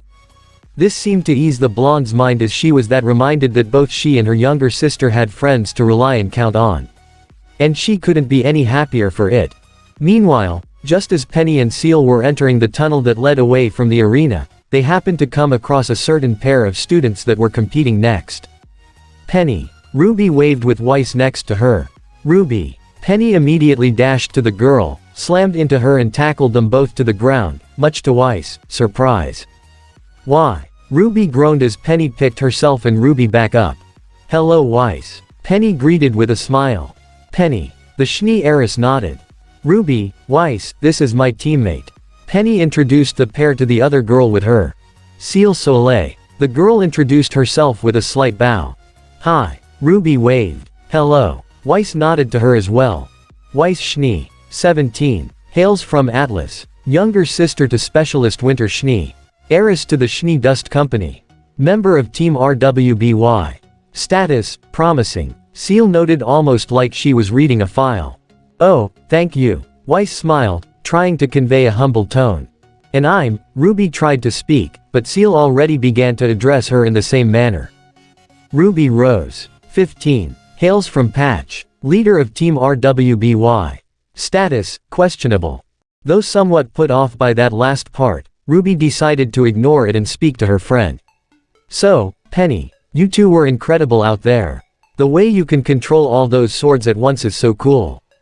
Penny, I feel that is best to move on to our next location. Ciel told her, pointing to her own watch. Someone's punctual. Weiss thought internally. There was a time when she herself was much like that, but now she felt a tad more relaxed when it came to time management. Probably another result of being around Sonic for so long. Who needs to be punctual when you can run as fast as him? Could we have just a minute to talk? Penny requested. Ciel looked to her watch and saw that there was enough time and stepped back to allow her a chance to speak. Likewise, Weiss also felt a need to take a step or two back and let Ruby converse with her friend. Weiss wasn't as close to Penny as Ruby was, so it felt rude to butt in her eavesdrop. So, is she, your friend or? Ruby asked Penny, referring to Ciel. Well, in a way. The android girl answered. She is like Blake, but if Blake was ordered to spend time with you. Oh, so like Shadow. Ruby assumed. Yes, only less hostile towards her opponents. Penny replied. Does she know about, beep boop bop, does not compute. Ruby whispered, making robotic gestures with her body to emphasize on Penny's own robotic nature. Oh no, General Ironwood doesn't want anybody else other than my father to know. She answered. Not even Weiss, sister or the Ace Ops? Ruby asked. Not as far as I'm aware. Penny responded. I have not told them, but I am not aware of whether or not he has said anything to them either. Oh, Ruby seemed to accept. Ruby, there's something I've been wanting to talk to you about, something I wish for you to pass on to Sonic when you see him again. Penny began, taking a brief look at Ciel, who was keeping her eyes focused on her watch before speaking in a hushed whisper. I want to join you. Join us? Ruby asked in confusion. I want to join you in your ongoing battle against Dr. Eggman. Penny clarified, much to Ruby's own surprise. Join them against Eggman. While Ruby would love for Penny to work with them, she also remembered how strict Ironwood was regarding her.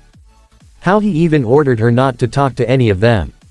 But, she, Sonic, and the others were also investigating what Ironwood, and by extension, Ozpin and Qrow, were hiding from them. This again gave Ruby mixed feelings about the idea of possibly going against her uncle, even if it was for a noble cause. But even if Ruby is willing to risk her own well-being, she wasn't willing to do that for a friend. Penny, the general won't let you do that. Ruby tried to dissuade her. I know, but my father and I have a plan. Penny revealed with a smile. However, before anything else could be said, Ciel stepped back up. It has been precisely 1 minute, ma'am. She said to Penny. I will talk to you more soon, Ruby. Penny bid her friend farewell and proceeded to walk away with her teammate. Ruby did wave goodbye to her just as Weiss came closer. So, what did she want? The heiress asked. She wants to help us against Eggman. Ruby revealed. Oh, well, given what we've seen her do, I feel she would be of tremendous help. Weiss seemed alright with it. Yeah, Ruby said with much less enthusiasm, something Weiss caught on easily, and she knew the reason for it. No doubt Ruby was going through some internal strife about being at odds with her uncle, whom they confirmed was part of Ozpin's conspiracy. But, Weiss knew all too well the feeling of going against one's family. Hey, she put a hand on Ruby's shoulder in a firm yet gentle manner to get her attention. I realize that there is a lot happening at once right now, but for the moment, let us focus on what's in front of us. If you try to focus on too many things at once, you'll get distracted. So let us put all of that aside for the time being and focus on our match. But once it's all said and done, I want to talk to you about something. Something that I feel could help. Ruby knew that her partner was right. It was best to focus on the match for right now, keep Ozpin's group and the spies unaware that they're catching onto them. Let Shadow and the rest of Team Dark handle all the Black Ops stuff as she thought they were no doubt doing right now. Okay. Ruby smiled and nodded. Our next match is about to begin, Port began to announce. Ruby and Weiss of Beacon vs Flint and Neon of Atlas. That's our K. Ruby smiled as they stepped out from the tunnel and towards the field. The audience cheered on as everyone saw the two Beacon students enter the arena. Among those observing obviously included everyone in Teams Sonic and JNPR, with Blake and Young especially clapping with the latter cheering as loudly as she could. Come on Ruby. Weiss. Show them what you can do. The blonde called out. Meanwhile, standing near one of the entrances, Winter had arrived to stand at attention as she too gazed down towards the arena where her younger sister now was. Though her face was that of a military disposition, she was internally excited to see how her sister would perform. From what she gathered, her partner and team leader was personally trained by Qrow, and while she wasn't his biggest fan, she couldn't deny his skills as a veteran huntsman, and Ruby herself seemed not only a capable fighter, but a friend that Weiss could rely on, if the letters her sister wrote were any indication. Your sister's fight, huh? She turned to her side to see Clover, along with the rest of the Ace Ops arrive, the leader having a friendly smile on his face. Yes. Winter nodded before turning to the fight again. I hear those kids are actually close to Sonic and his group. Elm commented, earning an eye roll from Harriet that the others ignored. This could be interesting. Indeed. I am curious to see if those students have learned any tactics or methods from them. Vine commented.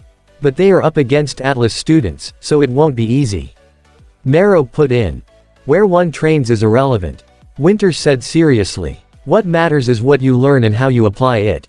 I agree. Clover nodded. And if these two happen to be trained by Sonic, then I'd say that already makes them noteworthy.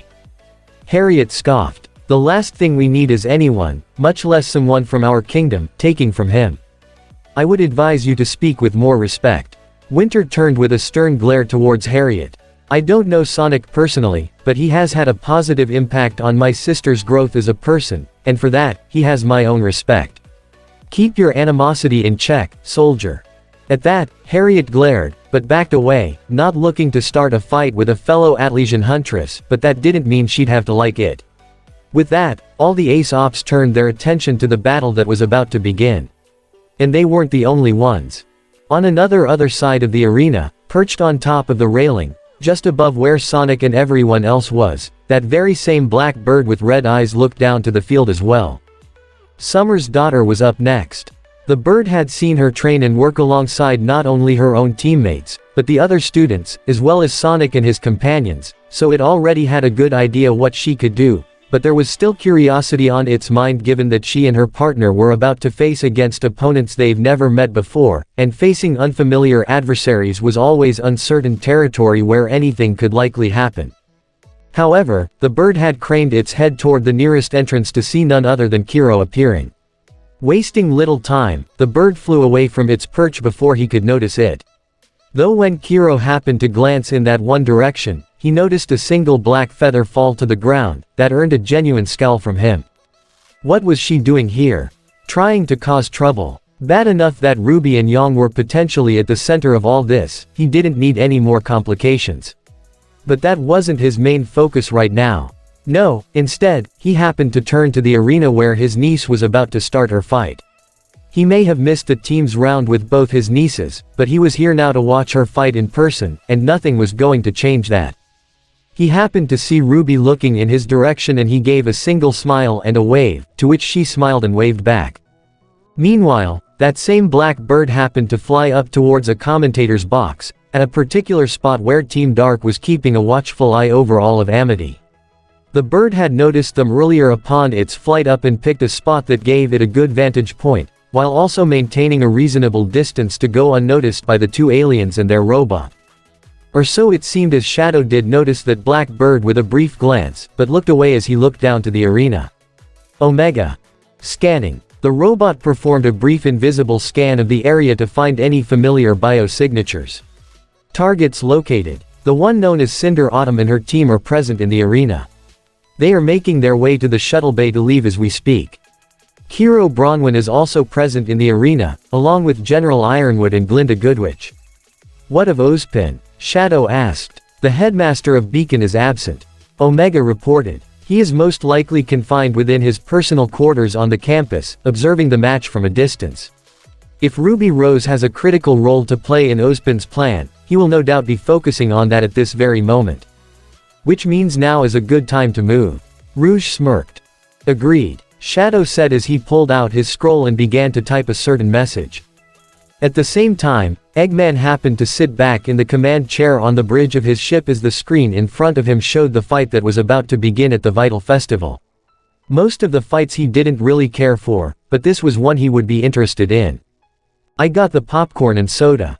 Qbot came in with a bowl of popcorn in one hand and a can of soda in the other. Why do you even have that? Orbot asked. We don't have stomachs to digest organic food. Aw man. Qbot sulked as he let the contents drop and spill onto the floor, much to Eggman's annoyance. Clean that up. Don't make a mess in my bridge.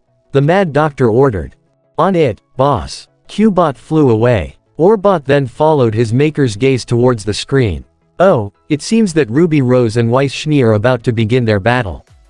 Yep, two of Sonic's little protégés. Eggman commented. And didn't Salem say something about people with silver eyes?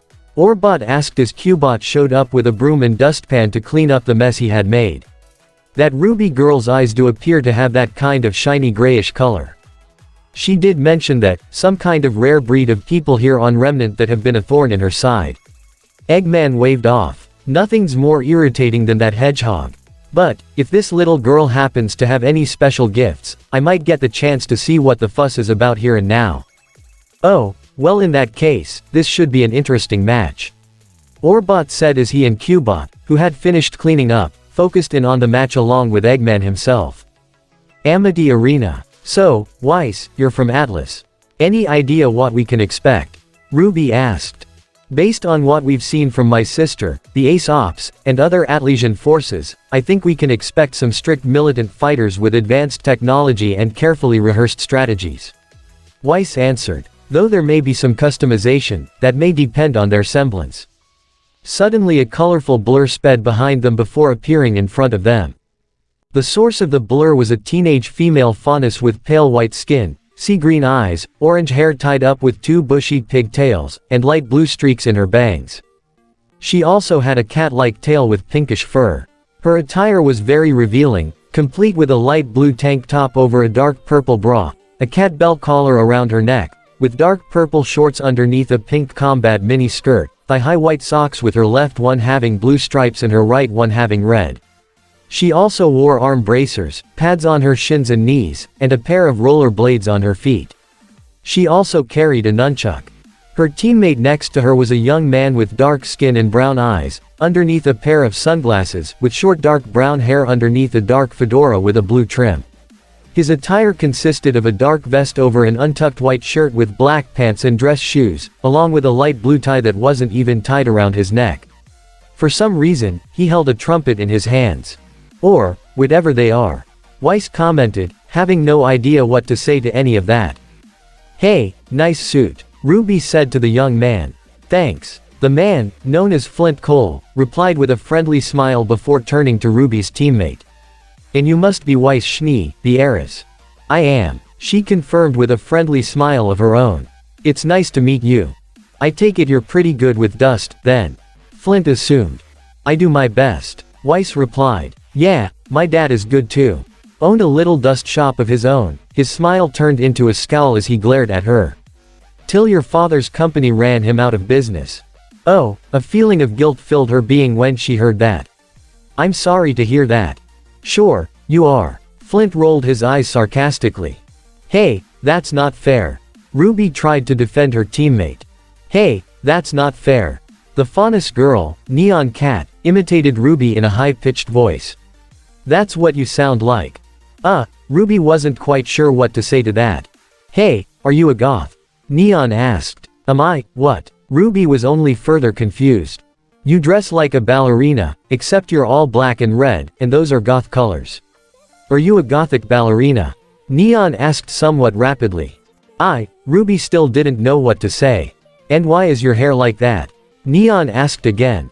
Like what? Ruby questioned. Like you dipped it in fruit punch. Neon replied. Did you dye it like that? 'Cause it makes you look even more gothic, red being the color of blood and all. This is how my hair always is. I didn't dye it. Ruby put a hand on her own hair unsurely. Hey, if you're a ballerina, do you know how to dance? Neon continued to ask as she scattered around her partner. Maybe you should try rollerblading instead. You look like you got the legs for it, and you're short too, so that should help. Rollerblading is super fun, but goths don't know how to have fun, huh gothy? Gothy. Ruby was starting to get a little irritated at that. What's her deal? Yang already didn't like this Neon girl, the way she was talking about her sister like that. Take it easy. Blake tried to calm her down with a firm grip on her shoulder. Let em go at it. Sonic dismissed. Our girls will wipe the smirks off their faces soon enough. Got that right. Amy agreed as the hollow screens appeared to begin the random selection of the surrounding environment. Tails smiled as well, but he soon heard a beep coming from his Miles Electric. He pulled it out and saw he had just now received a message from Shadow. All eyes are on the match. Transmit the data now. A serious look formed on the yellow fox's face as he pulled up all the data regarding the structure of the entire campus of Beacon, the blueprints and schematics that his antivirus program had copied and transmitted to his personal device. Tails then transferred all the data straight to Rouge's scroll. He caught a glimpse of Sonic as Tails nodded to him. Sonic knew what Shadow had asked Tails to do. And while Sonic was not a fan of all this espionage or spy stuff, Ozpin was hiding something from them and was refusing to share. If they were going to find out what Eggman was after, this was something they had to do. But that didn't mean he'd have to like it. As Team Dark observed the environment around Amity Arena change, which consisted of a volcanic environment, followed by an urban one, a geyser field, and hilly desert, Rouge had received the notification from Tails. All of Beacon's blueprints and schematics had been uploaded into her own personal scroll. To which she pressed a button on the back of her device, causing it to shift and convert itself into a single scope-like device, which she hooked to the back of her right ear as the lens was in front of her right eye. Well, wish me luck, boys. Rouge said as she flew straight upwards well above the perimeter of the hovering Amity Arena, and straight back down. Rouge let herself fall, her wings and arms folded backwards as she made her way back to the main campus, seemingly unaware that she was being followed by a certain black bird. However, a flash of light appeared on the bird's side as Shadow just teleported in midair, swiftly grabbed the bird and teleported away, leaving only the smirking Rouge as she glanced back before extending her wings to slow her descent and resume her flight toward the main campus. Emerald Forest. Shadow had reappeared in the middle of a small clearing within the forest, the screeching black bird being held tightly in Shadow's right hand, who made sure to keep its wings pinned to its sides to avoid flying away. You've been following us ever since the breach at Vale. The black hedgehog spoke aloud. An average person may not notice a bird, or even believe it to be the same bird should they see you. But I'm not your average person. And you are no ordinary bird, are you? Suddenly, a huge mass appeared in Shadow's hand, forcing him to not only let go, but even knocked him back slightly. He skidded to a halt to see something that made him look in minor surprise. The bird was no longer a bird, but a woman clad in red and black with long black hair, wearing a grim mask that looked completely different from those worn by the White Fang, with a sheathed weapon at her waist that seemed to be fit for swords, and large enough to carry multiple blades inside. The same one that Rouge had described from Merlot's island. Shadow's look of surprise had only lasted a few seconds as he caught the glare of the woman in front of him, despite the large mask she wore. Someone's too observant for their own good. The woman commented. Who are you? Are you working for Ozpin? Shadow questioned. Is that any way to treat the same person who saved your friends? She questioned. From what I gather, it was the other way around. Now answer me. Do you serve Ozpin? He demanded. I serve no one, the woman stated. But you know of him, and you likely know of what it is he's trying to hide from us. Shadow assumed. What drew you to that conclusion? She questioned. Call it a hunch. He replied. Her body language said it all. Aside from the mask to obviously hide her identity, She was incredibly defensive, which told Shadow that even if she didn't serve Ozpin, she knew what he was up to. You will tell me what you know. You already have one of your own snooping around. Why do you need me? She replied. This is not up for debate. Shadow said as he walked toward her, while she gripped on the handle of her blade. You have two options. You can tell me everything you know willingly, or I'll get the information from you. He clenched his hand, sparks of energy emanating from his grip. I'll take the third choice. Figure it out yourself. She had already quickly drawn her dust sword, this blade being yellow, and when she swung it upwards along the ground, she sent a bolt of lightning Shadow's way as she quickly turned around and jumped onto a tree branch, preparing to transform into a bird again. Only for Shadow to already be on her, having dashed past the electric attack easily enough, grabbing her by the side of her masked face with one hand and using his rocket skates to boost himself and her forward while quickly drawing a rondite to block the dust blade that the woman swung at him before she kicked him off her, causing her to land on the ground with Shadow landing in front of her. Fine, we'll do this the hard way, she said reluctantly before they clashed blades. Amity Arena. 3, 2, 1, begin. With Port's announcement, the battle had begun. Flint was the first to make a move, using his trumpet to blast a sound-based attack toward Ruby and Weiss, the force of the attack pushing them back, but Weiss was quick to erect a glyph beneath herself and Ruby to keep them grounded, while Neon skated directly into the sonic attack and used it to propel herself into Ruby, taking her into the urban environment before Neon sped away, leaving a rainbow-colored energy trail behind her. Ruby, go after her. I can handle this, Weiss told Ruby as Flint's attack stopped. Alright. The red-clad girl then used her own semblance to speed off after Neon, leaving Weiss alone against Flint. Weiss dashed at Flint just as he unleashed another sound attack from his trumpet, but Weiss was prepared as she erected a black glyph at her feet to keep her grounded, before creating another one in front of her, allowing her to step forward and repeated the process as she inched her way through her opponent, taking the sonic blast, something that earned an eyebrow raise from Winter as she watched her younger sister. Flint stopped his attack, seemingly giving Weiss a chance to advance as she lunged at him, thrusting Maternal, but he spun himself around the thrust and delivered a kick to the back of her head to knock her into the volcanic environment, smashing into a lava crystal before landing. She pushed herself back up to see the smirk on Flint's face as he advanced toward her. Meanwhile, Ruby and Neon both appeared to be neck and neck as they sped alongside each other throughout the urban area, speeding from one spot to another as Ruby slashed crescent rows at her, which Neon parried with her nunchucks before rolling around her to flail her weapon, which Ruby dodged by limboing under her strike and dug her scythe into the ground to kick Neon in the side. But Neon recovered and jumped to land on a guard rail just as Ruby converted her weapon into its rifle mode and fire at her. Never miss a beat. Never miss a beat. Never miss a beat. Neon chanted rapidly as she used her own speed to grind on the railing of a ruined building and avoid Ruby's shots before jumping to the roof of a building, prompting Ruby to speed after her, running up the wall of the building that Neon had jumped on just as Ruby was already on the roof, slicing at Neon's face and landing a direct hit that caused the girl to bounce along the surface of the roof before flipping and landing on her hands at the edge of the roof and leapt off to the ground as Ruby sped her way to the edge, converting crescent rows into its rifle and fired again. Never miss a beat. Never miss a beat. Never miss a beat. Neon continued to chant as she dodged nearly all of Ruby's shots. This clearly wasn't working. Ruby has shot fast-moving targets before, but Neon seemed flexible enough to avoid most of them, so Ruby decided to close in the gap as she used her own petal burst to run down the side of the building and chase after Neon, both girls circling around each other as a blur of red petals chased off against a rainbow streak. Wow, for a goth girl, you're pretty fast, Neon told her with a teasing smile. But rollerblading is way easier than running. Neon stopped at one spot, prompting Ruby to do the same as the two speedsters faced each other. Neon then cracked her nunchucks like a pair of glow sticks, causing them to glow a cyan blue before she sped at Ruby, who dashed at her in response. As Ruby swung crescent rows down at her, Neon swerved to avoid the blade and slammed her nunchucks at them just as they impacted the ground and dashed past Ruby, who came to a sudden halt as she was almost sent flying, if she hadn't held onto the pole of her weapon. Ruby gasped as she saw her scythe blade was now frozen into the ground. You have a dust weapon.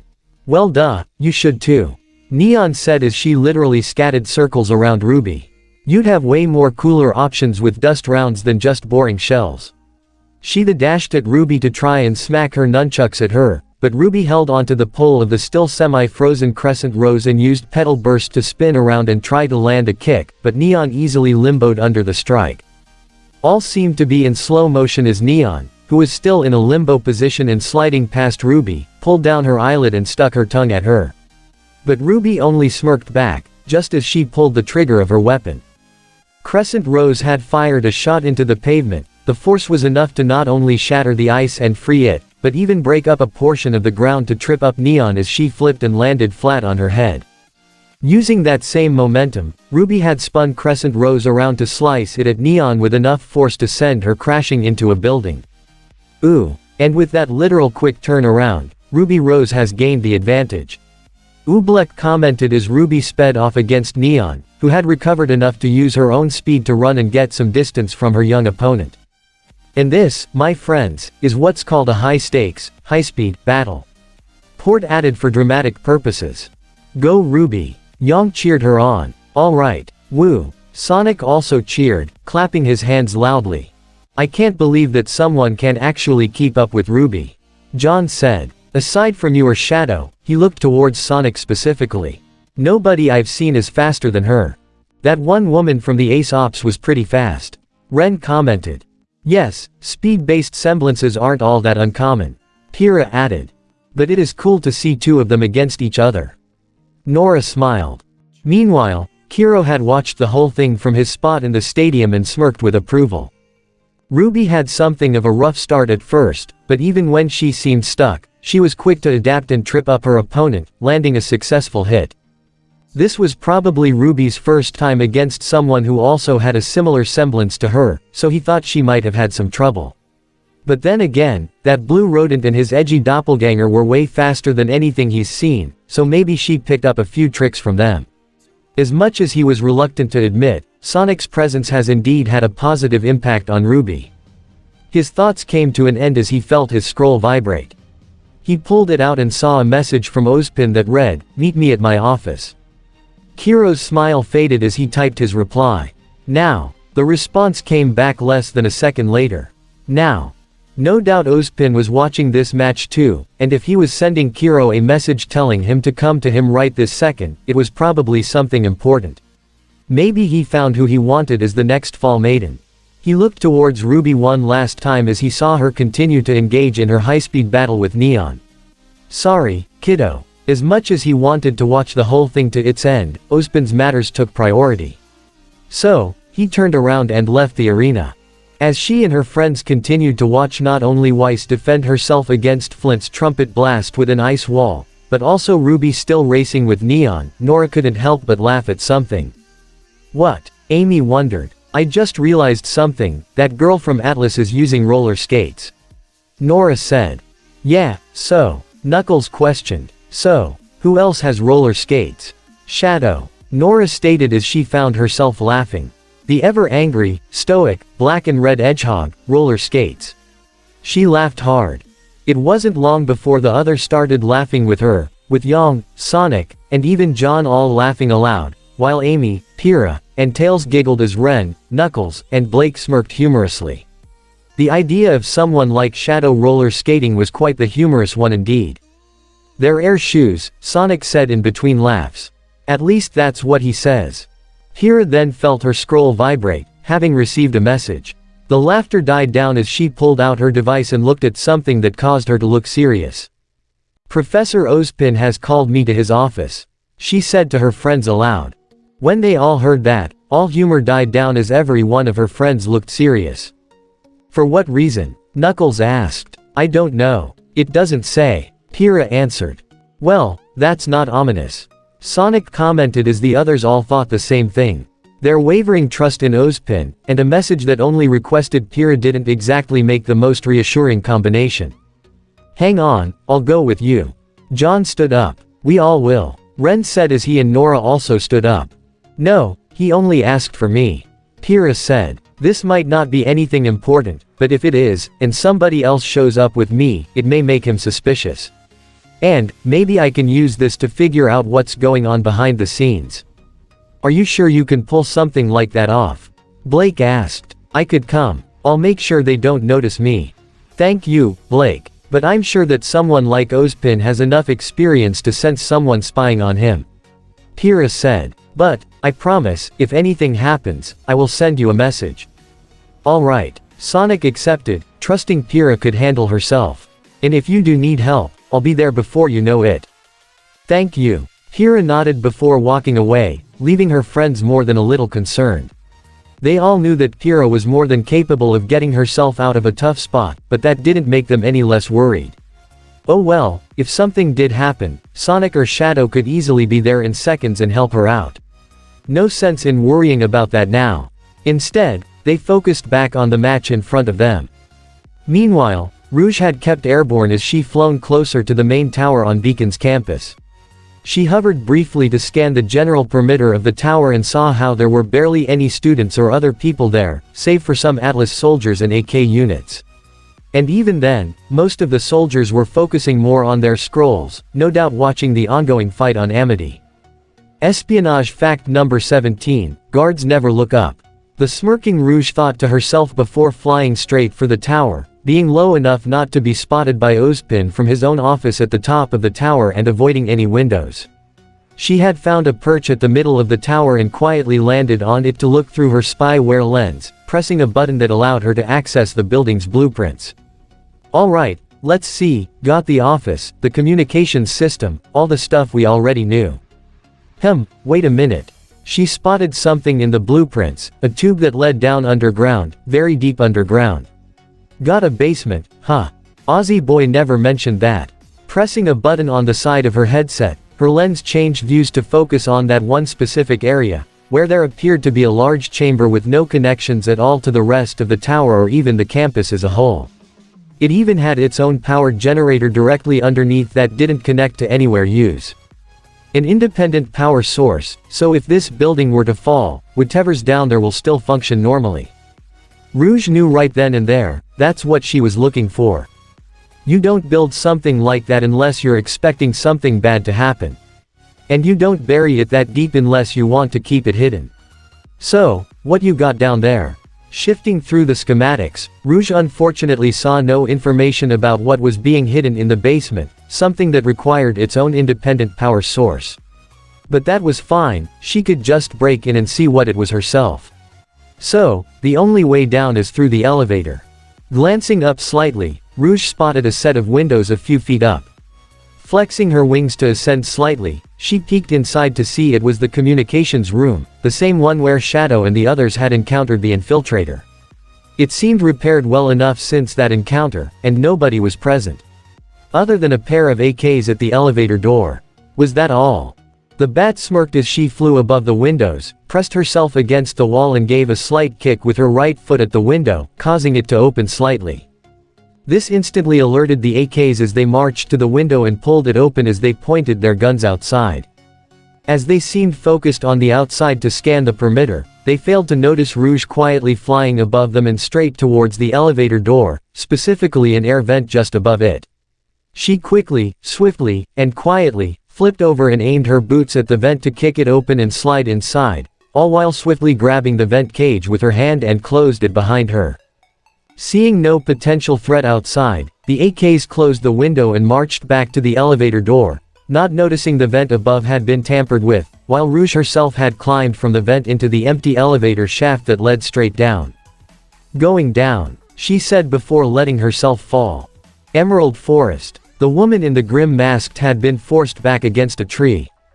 Quickly drawing a red dust blade to block and parry Shadow's slice from a rondite before kicking him back and performing a circular slice to not only cut down the tree in front of her, but even set it aflame, the fires quickly spreading around the black hedgehog as the woman turned into a bird once more and flew through the tree canopy just as Shadow used his black tornado to blow out and overpower the flames before they could spread.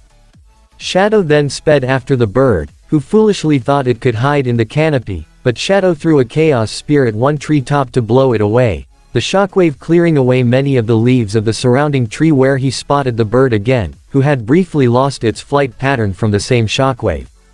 Shadow then performed a spindash straight at it, but the bird quickly turned back into a woman, who already had her red dust sword at the ready to slice at the incoming spindash, only for Shadow's attack to prove stronger as it easily shattered the red blade, while also igniting the dust inside and causing it to explode, the shockwave knocking them both back.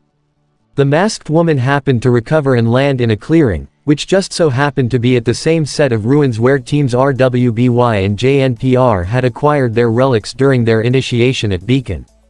Shadow dashed his way straight to her as she backed closer towards the ruins, a new dust blade drawn, this one being white as she swung it downward to send a cyclone of wind power Shadow's way, which pushed him back, giving her some breathing room as she made her way behind one pillar, sliced it down and used another gust of wind from her dust sword to send the falling pillar straight at Shadow, who snapped his fingers to create a burst of chaos energy to blast the falling pillar apart. He had spotted the woman standing on top of the ruins, where Shadow met her before she could transform and fly again. Once more, they clashed swords, dancing back and forth on the narrow piece of ruins below them, hacking and slashing, but Shadow's sword work was very quick for the woman, so much so that she was almost entirely on the defensive, or so it seemed. As they locked blades again, the woman had used one hand on the sword she held, while also using her other to grab the scabbard that carried all the other dust blades and ejected one blade point blank, this one being purple to break at the black hedgehog's stomach and blast Shadow away with a burst of gravity. She then jammed her white dust blade into the ruins she stood atop of and broke it to unleash the wind dust's full power inside and create a windy explosion to blast away pieces of ruins in all directions, some heading towards the fallen Shadow, but he was quick enough to dodge most of it. When he finished, he spotted the bird once again attempting to fly away. Enough games. Shadow detached Arondite's rifle and fired at the bird, making sure just to graze its right wing and not completely sever it. The bird gave a pain-induced squawk before changing back into the woman, who fell roughly to the ground as she felt her right shoulder, which was now bleeding, something Shadow noticed as he caught up to her. Her aura didn't activate when she was a bird. The black hedgehog observed internally. Animals have aura on this planet just as humans do, though not as strong. Is her aura also weakened when she's in that state? It doesn't seem like a useful semblance. The woman felt that her right arm was still functional, but it still hurt a great deal to use, making it harder to use her sword. That gunshot was meant to potentially cripple her, he could tell she was right-handed. As much as she hated to admit it, this rodent was good. But then again, given how he could take out hordes of Grimm single-handedly, as well as match an overpowered veteran huntsman like her brother, it came as no surprise. "I can do this all day," Shadow told her. "Save yourself further bodily harm and tell me what I need to know." The woman drew yet another dust blade, this one being green from her scabbard, holding it in her left hand now. "I'm not as helpless as you think." Shadow's eyes narrowed once more, her stubbornness was both commendable and annoying. Wielding Arondite once again as they sped at each other and clashed their swords yet again. Amity Arena. Weiss and Flint both faced off in the volcanic area as the white-clad heiress erected 4 glyphs around her and thrusted her sword forward to send 4 large icicles at her opponent. Flint, however, noticed a bubbling of the lava pool in front of him and smirked before quickly getting on his knees and blowing into his horn just as the lava erupted, sending a wave of it forward to intercept and rapidly melt the ice before it even struck. "Too bad all that money can't buy you skill," Flint snarked. Weiss scowled before spinning the dust revolver in Maternal to access the wind dust inside and thrusted her blade forward just as Flint unleashed another sonic blast from his horn, Weiss thrust sending a cyclone of air to collide against Flint's blast. But this was all part of her plan as while he was distracted with what was in front of him. Weiss used the fingers in her free hand to erect multiple vertical glyphs in the air surrounding Flint, forming a circle before using one on the ground at her feet to zip towards one glyph, where she proceeded to shoot another icicle at Flint, landing a solid hit before zipping across another glyph to slice at him and come to another to shoot another icicle before zipping to slice once more, repeating the process multiple times to hit him with close and long-ranged attacks simultaneously. "Now that's thinking with your feet." Sonic smiled. Winter smiled herself as well while she continued to watch alongside the Ace Ops, with Clover, Marrow, and Elm looking rather impressed themselves. However, Flint wasn't done yet as he suddenly split himself into 4 identical copies of himself, with 3 of the clones each having different colored hats and ties as opposed to the original's light blue, which included green, yellow, and magenta. All 4 then unleashed a conjoined blast from their horns, creating an even larger blast that when Weiss happened to speed into its path, she was blasted to the desert part of the arena. Whoa! John looked in surprise. He can make clones of himself. Ren stuttered in shock as well. What's this? Port asked, appearing just as surprised himself. It appears that young Flint has just activated his semblance. Oobleck stated. It's quite a remarkable one at that. Ladies and gentlemen, feast your eyes on Flint Cole's killer quartet. The original Flint, who still had his blue tie and hat, flipped his hat, with each of the clones following his lead perfectly, but at a bit of a slower pace. So, he can make clones like Sun? Yang questioned. I don't think so. Blake shook her head. Sun can't move while his clones are, but that guy's doubles can move along with him. Though there does appear to be a delay between each of the clones and the original. Tails noted. Still, it's quite the ability. Knuckles said. But I'd wager that it also has a weakness. As Flint slowly walked to the deserted area, all his clones went back into himself as he deactivated his own semblance. Ruby continued her high-speed battle against Neon as they were neck and neck with each other, a streak of red rose petals colliding against a streak of rainbow-colored energy. But the red-clad girl noticed the situation Weiss was in and immediately dashed off to help her. Hey, get back here. We're not done racing. Neon skated after her. Flint had just stepped into the sand of the desert area, but just before he could even get to Weiss, who was trying to pull herself up, Ruby had already sped up to pick up Weiss' bridal style and carry her to the top of a large rock in the middle of the sandy environment.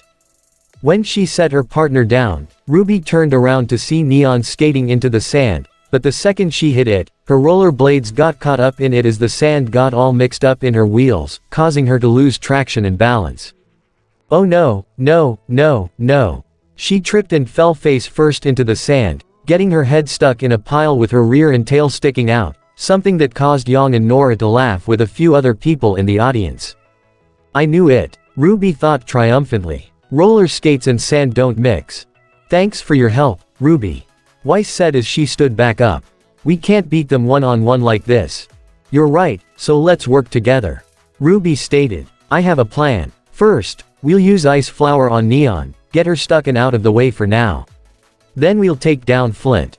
What about his clones? Weiss asked. Sun has to concentrate for his semblance to work, right? Ruby asked. Well, maybe his works the same way. So we'll use Glyph Tornado. We'll send him flying, and he can't concentrate. And even if his clones are still there, I'll take him down while they're airborne. Once he's done, we'll keep Neon in the sand where her speed is useless and take her out. Weiss thought for a brief moment and saw that it was a really solid plan to eliminate both their opponents. Alright, let's do it. No time to waste, then. Ice Flower. Ruby ordered as she converted Crescent Rose into its rifle mode and pointed it forward, just as Weiss erected a trio of glyphs in front of the barrel right as Ruby fired, with Weiss using her power to encase Ruby's bullets in ice dust.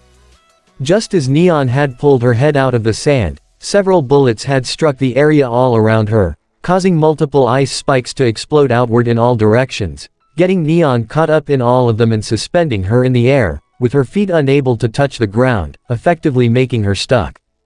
Hey, no fair, she called out to them. Flint tried to rush and help get his teammate out of the predicament she was in, only for Ruby to grab Weiss and use her own semblance to dash out in front of him and bar his way. You were right, Flint. Weiss told him. Money can't buy skill. Which is why I trained, I worked hard to get where I am now, and I did it working alongside my friends. She and Ruby shared a brief smile. And that's exactly what's going to beat you. I got friends of my own too, Schnee. Flint activated his semblance again, creating 3 more copies of himself as they and the original, once more, unleashed a conjoined sonic blast from all their horns. But Ruby had once again, used her petal burst to grab Weiss and dash her out of the way just as Weiss erected a ring of glyphs to form a circle around Flint and his clones. Now it was Ruby's turn as she speed to the glyphs and kicked her own speed as fast as she could, with Weiss using her glyphs to enhance Ruby's speed even further. It took little time for a powerful whirlwind of red to pick up before a red tornado had formed, causing Flint and his clones to get swept up into the air, much to his own surprise. With his concentration broken, all his clones faded back into him. Oh, it appears that young Ruby has unleashed her own improvised technique which she dubs the Red Tornado. Oobleck commented. With some generous aid from young Ms. Schnee of course. Sonic especially smirked at that. With Flint swept up in the air, Weiss erected a ring of airborne glyphs, while Ruby launched herself up from one spot and sliced at Flint with crescent rows before landing on one airborne glyph and sped off that to slice at Flint once more before touching another glyph and repeated the same process. With her own natural speed, Ruby sped and sliced past Flint at such a rapid pace that he was unable to fall as multiple streaks of red appeared airborne with Flint unable to so much as counterattack. Ruby decided to finish it as she landed with her feet on one glyph, crouched back, and launched herself as hard and fast as she can, swinging crescent rows with enough force that when she hit Flint, he was sent flying and crashing back toward the lava area. Weiss had quickly ran to near the spot where he would land, just to make sure he stayed down, but stopped herself when she saw him land and hear the buzzer go off simultaneously. And with that, Flint Cole is eliminated by aura level. Port announced. Ooh, sour note for Flint. Oobleck commented while everyone in the audience clapped and cheered, especially Team Sonic, JNPR, along with Blake and Yang. Even Winter gave a nod of approval. Neon, however, was able to use her nunchucks to smash herself free from the ice trap. Alright, now it's my turn. Ruby had turned around to face Neon again, and Weiss would have as well, but she also happened to notice a growing flame directly under Flint's fallen form. An eruption was about to occur. And if he was caught in that with his aura so low. Look out! Weiss, acting on instinct, ran and pushed Flint out of the way, only to be caught up in the erupting lava herself, with a buzzer sounding off at that moment. Weiss, Yang, Blake, John, and Amy all cried out while Sonic, Tails, Knuckles, Ren, and Nora stood up from their seats with wide eyes. Winter felt her own face grow pale as her eyes became circular as Ruby turned back in horror. Even Neon and Flint himself were more than a little surprised. Wah, what just happened? Port questioned. It seemed that Weiss had pushed Flint out of the way of a volcanic eruption. Oobleck stated. With his aura level being so low, being caught in that blast could have been fatal. She sacrificed herself to save his life. Flint pulled himself up slightly as he could only look in absolute shock upon seeing Weiss lying flat in front of him, covered head to toe in soot. Ruby was already there as she picked up Weiss once more and sped her from the deserted area, across the arena, and back toward the urban area, setting her on top of a roof. Weiss, are you okay? Ruby asked urgently while holding her partner close. The heiress coughed some smoke out before weakly smiling. I don't think I'll be singing for a while, she said in a partially hoarse voice, which caused Ruby to smile in relief. I'm sorry, my aura is down, I can't help anymore. Don't be sorry, you've done enough. Ruby assured. I'll take it from here. You just hang tight and get some rest. Weiss let herself relax as her aura slowly began to recover, with Ruby standing up and speeding off, leaving her partner to get some rest. She met Neon again in the middle of the arena. Hey, is she okay? Neon asked Ruby in a tone of surprised concern and sincerity. She's not hurt too bad, is she? Ruby was somewhat surprised to see her opponent so concerned for her. She felt she hated her along with her partner with how obnoxious she was towards them, but it was a relief to know that she was genuinely worried. She'll be fine. What about your friend? Ruby asked. I brought him to the desert so that he's not caught up in any lava again. Neon replied. That's good, Ruby said with relief. So, it looks like we're the last women standing. Neon told her. Sure seems like it, Ruby acknowledged. So, let's put on a good flashy show for these people, Neon offered as she smirked and took a speedy stance, wielding her nunchuck. Ruby smirked back as she spun around Crescent Rose, carrying it over her shoulder as she took a similar stance herself. You're on. With that, both opponents sped at each other as Ruby swung her scythe at Neon, who swerved around it as she tried to flail her nunchucks at Ruby from behind, but Ruby sped away as Neon gave chase, leading to yet another high-speed battle as Ruby and Neon went directly into the geyser environment. It seems that this match has now become a one-on-one battle that may as well be a race at this point. Oobleck commentated. Two speedsters going at it in an all-out brawl where no single environment can contain them. Both better be careful, Port said. In a contest of extraordinary speed such as this one, even a moment's indecision could spell certain defeat. Everyone in the audience watched with intensity, with all of Ruby's friends paying especially close attention, particularly Sonic and Yang. The blurs of red roses and rainbow streams continued to go back and forth, zipping past, against, and alongside each other, all while maneuvering around the geysers that erupted from the ground below. Both Ruby and Neon appeared on opposite ends of the area as Ruby dashed directly at her, but Neon rollerbladed away from her to gain some distance. That's when Ruby noticed Neon having trouble maintaining her balance on the uneven, rocky ground. She was doing well back in the urban area. The young girl mused, but then she saw that's where she was now speeding to. Ruby then realized what was going on and sped as fast as she could, moving past several geysers that erupted behind her. Never miss a beat. Never miss a beat. Never miss a beat. Never miss a. Just before Neon made it to that specific environment, Ruby had appeared in front of her to slash her scythe not at Neon, but the ground in front of her to break up the rock that she had just rollerbladed to. Beat. Neon looked in shock as she was now in the air and wide open, prompting Ruby to spin crescent rows around and slice at Neon to send her crashing back into the geyser environment. Neon happened to land on a geyser, which she felt was going to erupt soon, and was quick to pull herself up just as it did. Whoa, whoa, she tried to regain her balance on the uneven terrain. I get it, Ruby realized. She's more used to fighting in cities or towns. Places with flat ground like pavement. A smirk fell on her face. Now it's my turn. She sped directly at Neon, slashing crescent rows at her as she moved past her. Ruby then stopped at the base of one geyser, immediately turned around, and dashed at her again to slice past Neon once more, stopping again before quickly shooting back. Don't let her out of this space, she thought to herself as Neon tried to skate away, making her way to the center of the arena, only for Ruby to slam her shoulder into Neon's side and knock her down, speeding over her and at the base of one geyser before repeating the process again. It may be easier to go fast with roller skates, at least if you're on a road or sidewalk. Sonic mused. But when you spend most of your life running, you're more used to uneven places and can better keep your balance. A confident smirk fell on Sonic's face. Nice going, Ruby. Neon found it hard to counter. Between the rocky environment and all the surrounding geysers, making it hard to keep balance on her rollerblades, and her younger opponent constantly going back and forth, landing solid hits each time to knock her down. She was moving so fast, and it seemed like she was getting even faster each time she passed her. It was true, Ruby was indeed moving faster each time she struck Neon, stopping only for a brief second, less than even, and speeding forward to strike back, slicing her side and ramming her body into her. It almost seemed like Ruby herself was engulfed in a red blur as her body was becoming less visible. Faster, faster, Ruby thought as she kept up the pressure, effectively closing a circle around Neon as a rapid blur of red moved back and forth, left and right, in all directions.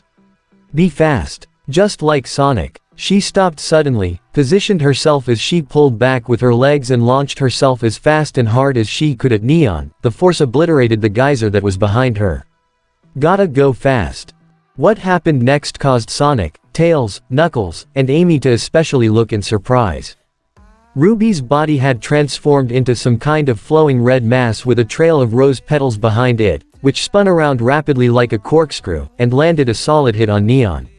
The force behind her impact was so strong that Neon's sky blue aura briefly manifested before nearly shattering, while Neon herself was sent flying and skidding past the center of the arena and into the volcanic environment, where she crashed into a rock, which shattered upon impact before she fell flat on the ground. A buzzer had sounded just as Ruby skidded to a halt in the middle of the arena, briefly losing her own balance as she tried to hold her arms out and stay on her feet. And with that, Ruby rose as victorious. Port announced as the audience cheered loudly. Ruby blinked in surprise. Did she just hear that right? She won. She won. A wide and relieved smile formed on her face just before she held both her arms up in victory. She won. She looked all over as the audience cheered and clapped as loudly as they could. What an absolutely amazing high-speed battle. That there is one of my students. I dare say a prodigy in the making. Oobleck commented in amazement. I see big things in that young girl's future. Yes, big things indeed. Ruby looked towards the direction of her friends where she saw Young, Sonic, Blake, Amy, Knuckles, Tails, John, Ren, and Nora all standing, clapping, and cheering loudly for her. Though Pyrrha was absent, but Ruby assumed she just went to the bathroom. Ah well, she would brag it all to her later. But when she looked in another direction, where she had previously spotted her uncle before the match started, she found that Qrow was not there either. That caused her a great deal of worry as her growing anxiety and mixed feelings towards the man who trained her were brought back to the surface, as well as disappointment. Did he not see the whole fight? Did he miss her win? That dampened her spirit quite a bit. Until she remembered the advice that Weiss gave her to push it to the side. Wait, Weiss. Ruby sped back to the urban environment to collect her partner. Alright, that was one heck of a fight. Marrow commented as the Ace Ops had seen the end of that bout. That girl, she's what, 15? Elm questioned. And she took down that other girl by herself. Not bad. She smirked. Yes, most impressive. Vine granted. Clover smirked as he nudged Harriet on the side. Think you might have some competition, Harriet. The speedster of the Ace Ops said nothing, but she did admit that girl was rather fast. Though Harriet was confident that she could beat her in a fight herself, having more experience, but there was something about her semblance that seemed different compared to her own or even that neon girl's. She was fast, sure. But was that all it was? Because in the end, it looked like it was something else too. Was her semblance evolving? Honestly, it may be interesting to see where this girl goes from this point forward. Clover looked to where he had previously saw Winter and saw that she was no longer there, which only seemed to cause the man to smile somewhat mysteriously. As much as she tried to play it professional, Clover could see through Winter easily enough and had an idea that she was about to go down and see her sister. Ruby had managed to help Weiss down from her resting spot on the roof back toward the middle of the arena, with Ruby holding Weiss, arm over her shoulder. Let me know if I'm going too fast and I'll stop, she said to her partner. I'm not crippled, Ruby. I'll be fine. But, thank you. Weiss nodded. We lost. They both saw Neon as she appeared to be in a state of shock. We lost. Team FNKI lost. That was amazing. She beamed with stars in her eyes before speeding over to the surprised Ruby. Oh my gosh, how did you do that? How can you move so fast that even I couldn't see it? We should totally have a race and see who's faster. You guys are awesome, and we should definitely hang out sometime. Both are hold teams. Neither Ruby and Weiss were expecting this kind of reaction, but Ruby soon smiled. Thanks. Oh, by the way, I'm not goth. Red's my favorite color and black just seems to go with it. And, I did try roller skates when I was 10, it didn't work out for me. Running is more my style. Oh, that's fine, you do you. Sorry, I called you, gothy. Neon said with a smile of her own. Hey. Flint walked up next, causing Weiss to tense up slightly as he looked at her specifically. That was a gutsy thing you did, Schnee, I dig it. An awkward smile formed on his face too. Thanks for saving my hide. Weiss smiled slightly herself as she briefly pulled away from Ruby and offered her hand to shake, which Flint accepted. Hey, hope that dress of yours isn't dry clean only.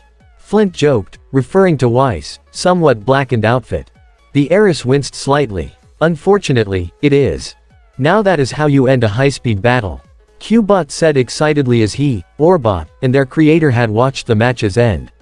Kinda reminds me of all the times Sonic and Metal clashed. Or even when Sonic and Shadow went at it. With some obvious differences of course. RWBY pointed out. Although, that Ruby girl did seem to try and replicate Sonic's fighting style.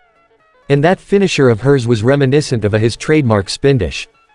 Yes, it was. Eggman noted. While he still didn't see anything particular noteworthy regarding what made her silver eyes so special, it was painfully obvious that Ruby was taking a lot after Sonic, even developing a fighting style that was similar to his. The blue pest alone was enough of a pain, he didn't need a red one on top of that, excluding the red echidna, of course. So, the kid wants to think like Sonic, huh? He stood up and looked directly at the screen that showed the image of Ruby Rose. Let's see if she's got his annoyingly stubborn will. When I crush her and everything else that she holds dear. He declared upon clenching his fist in her direction. Alright, let's go congratulate them. Sonic said as he and everyone else stood up from their spots and proceeded to walk away. Wait, what about Pyrrha? Nora asked as they walked up the steps. She's still not back yet. She can handle herself. John was more than a little nervous for her himself, but at the same time, he had faith in his own partner. And she said if she needed help, she would let us know. That earned smiles of approval from his teammates, as well as Amy and Tails, the latter getting an alert on his Miles Electric and saw something that caused him to smile widely. Come on, let's go meet up with them. He encouraged everyone. Just found something that's really gonna put us in a good mood. Well, no time like the present, let's get going. Sonic encouraged. However, right as they entered the hallways, Young heard her own scroll ringing and pulled it out, looking in surprise to see who it was that was calling her. You guys go on ahead. I'll catch up. With that, the blonde rounded a corner and while Sonic and Tails led John, Ren, and Nora away, Blake, Knuckles, and Amy stayed behind briefly, all three looking to each other with concern. It wasn't like Young to be late when congratulating her own sister, so it must be something important. And Knuckles had a good idea what it was. Feeling that she was alone, Young leaned back against the wall in the hallway and answered her scroll. Hey, Dad. Hey sweetie. Just saw your sister's match, Ruby was great out there. Tai Yang praised. Yeah, she was. Young smiled slightly. So, are you gonna call her and let her know yourself or do you want me to? I left her a message, figured she'd want to rest a bit after a fight like that. Tai said. But, I gotta admit that I was surprised that you weren't down there with her since you're always by her side, and on the same team too. We talked about it, and Ruby and Weiss make a better duo than I do with her. Their weapons and semblances complement each other more. That and, Young wanted to say how she wanted to start over with her own fighting style but couldn't find it in herself to say anything. Young, are you alright? Her father asked out of concern at her not finishing what HSE was about to say. Yeah, I'm fine. She shifted in her spot somewhat nervously, trying to think of something to say. Hey, did you know Qrow was here? Oh, he's there. Tai asked in genuine surprise, something that Young didn't expect. Wait, he didn't say anything. I figured he'd probably call you or something. I mean, you did say that he was going out on a long mission and wouldn't be back for a while. She pointed out. Like that's anything new. She thought but didn't say it aloud. Guess he wanted to surprise you. Tai assumed. But, glad he's there and you get a chance to spend time with him. Young frowned a bit, she honestly wasn't sure if her dad was being honest about that or not, and that brought up an uncomfortable train of thoughts to her. A part of her wanted to tell him about Sonic and the others, and even more so, that she may have had a close encounter with her birth mother at Merlot's lab. But, given how sensitive a subject that sort of thing was to him, not to mention learning that he and Qrow's team might have been part of Ozpin's conspiracy in the past, and maybe her father still being a part of that. So, Young didn't quite think about what to say next. You and Uncle Qrow were on the same team, right? Yeah, us and your mother. Pretty sure we told you that before. Good times. Tai said on the other line. Young wasn't sure at all if he was referring to Summer or Raven as her mother, probably the former, not that it made her feel better either way. And you did work for Ozpin, right? Well, of course. Tai responded, sounding somewhat unsure on the other line. He was our teacher and we did graduate from his academy. But what about after? Young asked but stopped herself. You know what? Never mind. Just thinking aloud. Young, is everything okay? Yeah, everything's fine. She replied, clenching her fist slightly and tried to push back all her conflicting thoughts. A lot's been happening recently, and I've got my mind occupied, that's all. If something's wrong, you can talk to me. You know that, Tai said to her. Can I? She almost said that aloud, but fortunately she didn't. Thanks but nothing's wrong. Just dealing with some stress. But I got friends here to help me, so don't worry. Alright, if you say so. Hey, I gotta go. Young told him. I'll tell Ruby you said hi. Okay. Oh and Young, I love you. Young sighed at that. Yeah, you too. She hung up and laid her back against the wall. I know you guys are there. Come on out, she said to the people around the corner. Sorry. Amy winced as she, Knuckles, and Blake stepped forward. You just looked a little worried. Are you okay? I don't know. Young turned around to face the wall and away from them.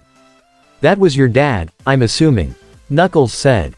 Yep. Young still faced the wall. Blake cautiously stepped forward. If you want to talk about something, you know you can. She was interrupted however when Yang ended up punching a considerable dent in the wall behind her in frustration. It's bad enough I couldn't talk to my own dad before, now I gotta deal with him being in Ozpin's damn conspiracy too. She suddenly exploded, causing Blake and Amy to look in shock while Knuckles narrowed his eyes, having a feeling that would be it. However, Yang ended up calming down a bit. I'm sorry, I didn't mean. It's okay, Amy assured. Kinda sounds like there's something you want to get off your chest. The blonde struggled for a bit, trying to find the strength to get it out. This was something she never talked to anyone about, not even Ruby. Should she say something then? Glancing back, she saw the looks of concern from Blake and Amy, as well as Knuckles who had an understanding look of his own as he gave a single nod. That seemed to be enough for her. Don't tell Ruby I said any of this. We won't say anything, Knuckles promised. Closing her eyes briefly, Yang spoke. You already know how Summer, Ruby's mom, disappeared. She couldn't even find it in herself to refer to Summer as her mother at this point right now. And how Dad shut down after that. It took him a long while to bounce back, and a part of me gets it. My mom left him, Ruby's mom never came back, losing two lovers, that's gotta be hard. But, how did he think me and Ruby felt about that? For most of my life, I always felt that Summer was my actual mom. I didn't even know about Raven until she disappeared, and even then, I found a picture of her only by accident. Like they were purposely trying to hide that from me. You know what that's like. For a little girl to lose her mother only to find out that she wasn't really her mom and that her real one might be out there. Exclamation mark. And, even after that whole mess at that cabin, where I almost got Ruby killed, she clenched her fists hard at that. Even after Qrow ended up beating the crap out of my dad for letting that happen, he still took a long while to bounce back. So, I had to take care of Ruby, all by myself. Qrow rarely ever showed up, and I get a part of it being that he's the only one who had a job and had to get us money, but even when we got older, when we wanted to become huntresses, it seemed like he gave all his time to Ruby. At times it felt like I was an afterthought. It felt like he was purposely keeping his distance from all of us, from me. Growing up, I felt so alone, but I couldn't show any of that to Ruby. If I showed any kind of weakness, who could she depend on then? Our dad who was depressed for years? Or our uncle who's never home? Amy and Blake both especially looked shaken up by that as their eyes wavered. Though Knuckles seemed somewhat unsurprised to hear any of this, a lot of it lined up with what he heard from Ruby back at Mountain Glen and how it led to Yang's over-reliance on her semblance and own strength. But that didn't mean he felt any less sorry for her. And now that we know that Qrow is involved in all this mysterious crap that Ozpin is pulling on us, and that he and my dad, my mom and Ruby's mom were all part of the same team. Yang went on. What if they were all in on it? What if Dad still is? Exclamation mark. What if him letting Ruby into Beacon or Qrow training her was all part of some kind of crazy plot that we don't know about?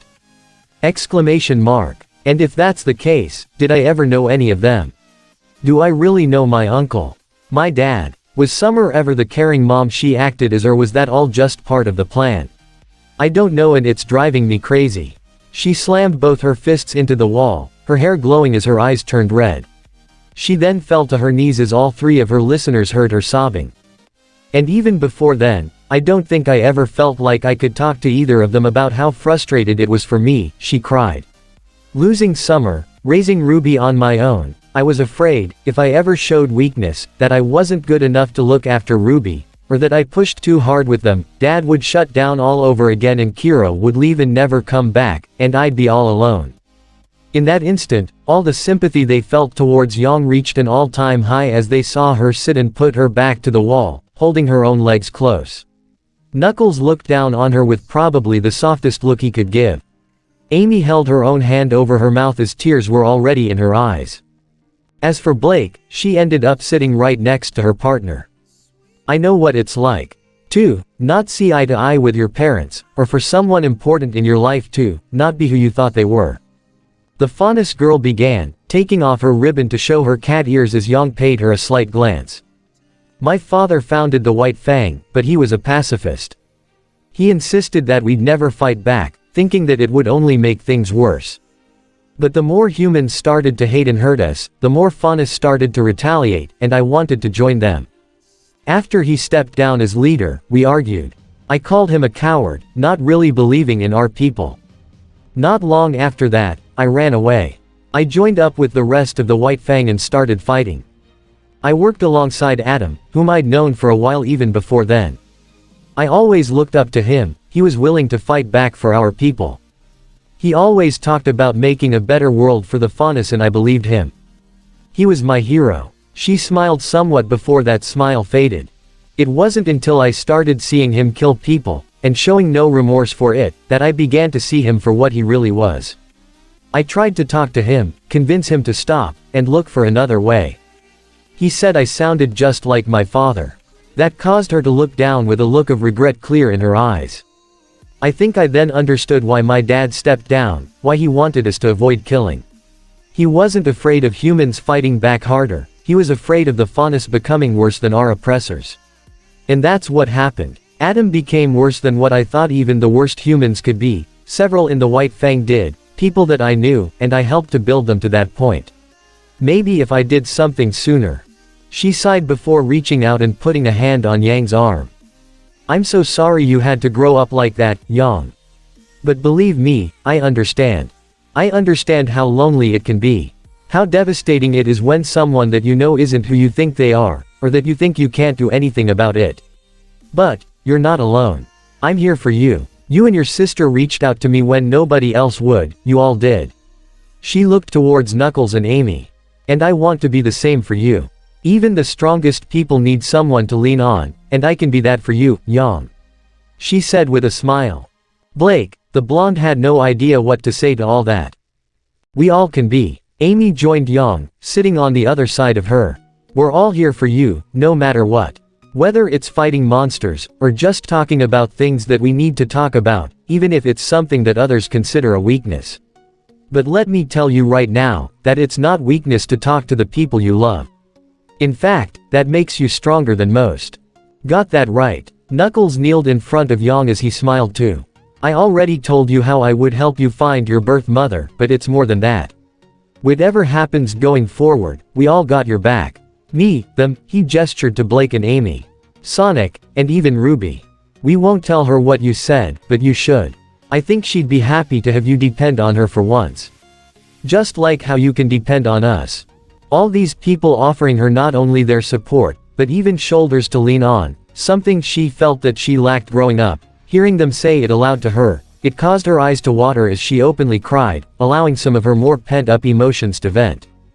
And as she did, Blake and Amy put their arms around her as Knuckles put his own hand on her knee. They said nothing, because there was nothing else needed to be said. In this one moment, they were here for her. And Yang wouldn't have it any other way. Meanwhile, Ruby and Weiss had made it to exit tunnel, leaving the arena. But as they walked, Weiss noticed how Ruby didn't seem as celebratory as she thought. They had just won their match. No, Ruby had won it. You'd think that someone as energetic as her would be jumping for joy at that.